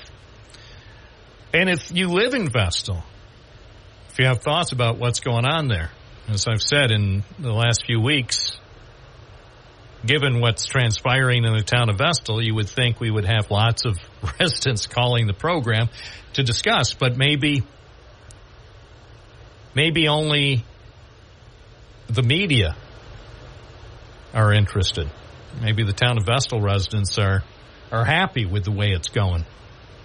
apparently, or else we would hear from more. Anyway, we still have time for people to call in on our Monday program, whether you're from Vestal or anywhere else. 607-772-1290. 92.1 FM, 1290 AM, and streaming at WNBF.com. News Radio 1290 WNBF. News Radio WNBF. Binghamton Now. I'm Bob Joseph on your Monday morning.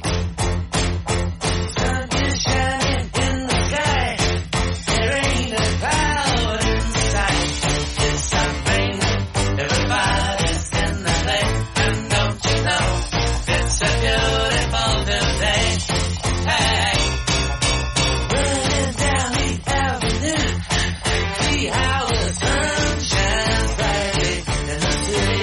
On the streets where once was pity, it's the blue sky is living in the day. 11:48. Yes, we'll be looking for blue skies for the next couple of months. Here at News Radio WNBF, remember, we encourage you to check out our website, WNBF.com. I'll have some interesting stories that'll be posted there this afternoon.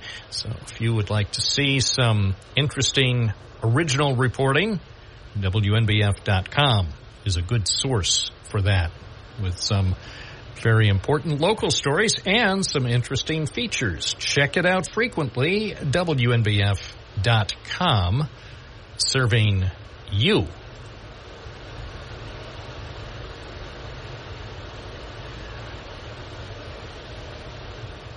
Let's see. So, here... Oh, here's a guy. All right.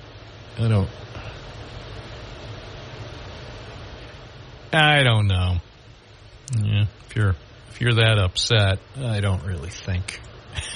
I'm not going to be reading emails on the air of people who just can't deal with some things. Don't be so angry. I'm so angry. That makes me sad. And then some of these people who are pitching things to me. Hello, could you please let me know your thoughts on my previous email mentioned below? Looking forward to hear from you. Yeah, well. Sorry. I certainly am not going to be replying to emails like that. And it's interesting that these days the number of solicitations for things that you get by email, and it's like, no. And then if they don't hear from you after about 3 minutes, they send another. Maybe you missed the previous email. It's like, no, I didn't miss it. Just leave me alone. It's 11:50 at WNBF, but fortunately we do get some really interesting emails from listeners like you. Let's take another call. Hi, you're on the air. What's your first name? Where are you calling from? I'm from Pat from the South Side. Hi, Pat. What's on your mind? Well, there's a good tap into your wealth of knowledge. What's going on with the Crowley's factory over on the South Side? Is that a wash? I think they're going to put apartments in there.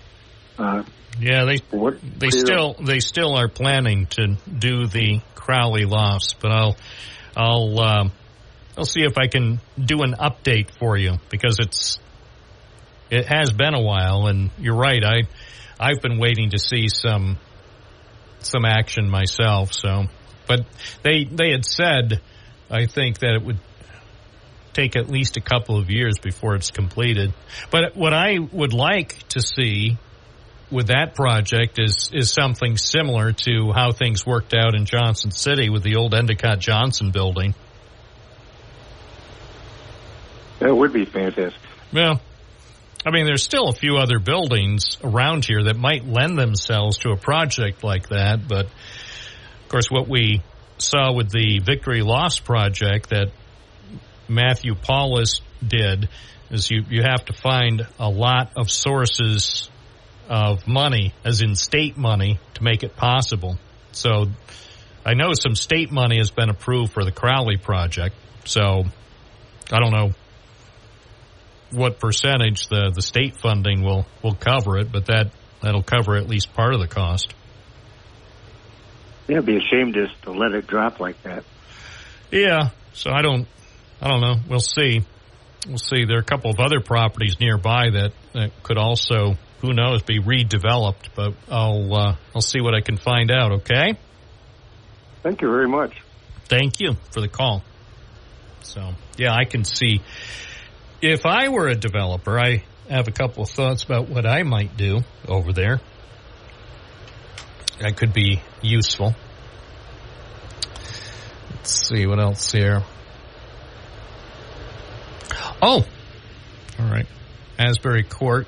Thank you, Gene. That is the General's house street name. Yes, we were talking about street names. Gene also wrote, you and Jerry forgot to mention, yeah. Well, about that guy, remember John from Binghamton had proposed a name for him. I mean, for the city of Binghamton. That even made the New York Times, Gene. So, but what I remember at the time that it was proposed on this very program that it didn't get any support from the people of Binghamton. So John from Binghamton came up with the idea, and the mayor didn't support it. As far as I know, no Republicans on city council supported it. They could have done it because the city had a Republican mayor and a Republican-controlled city council, but it received zero support.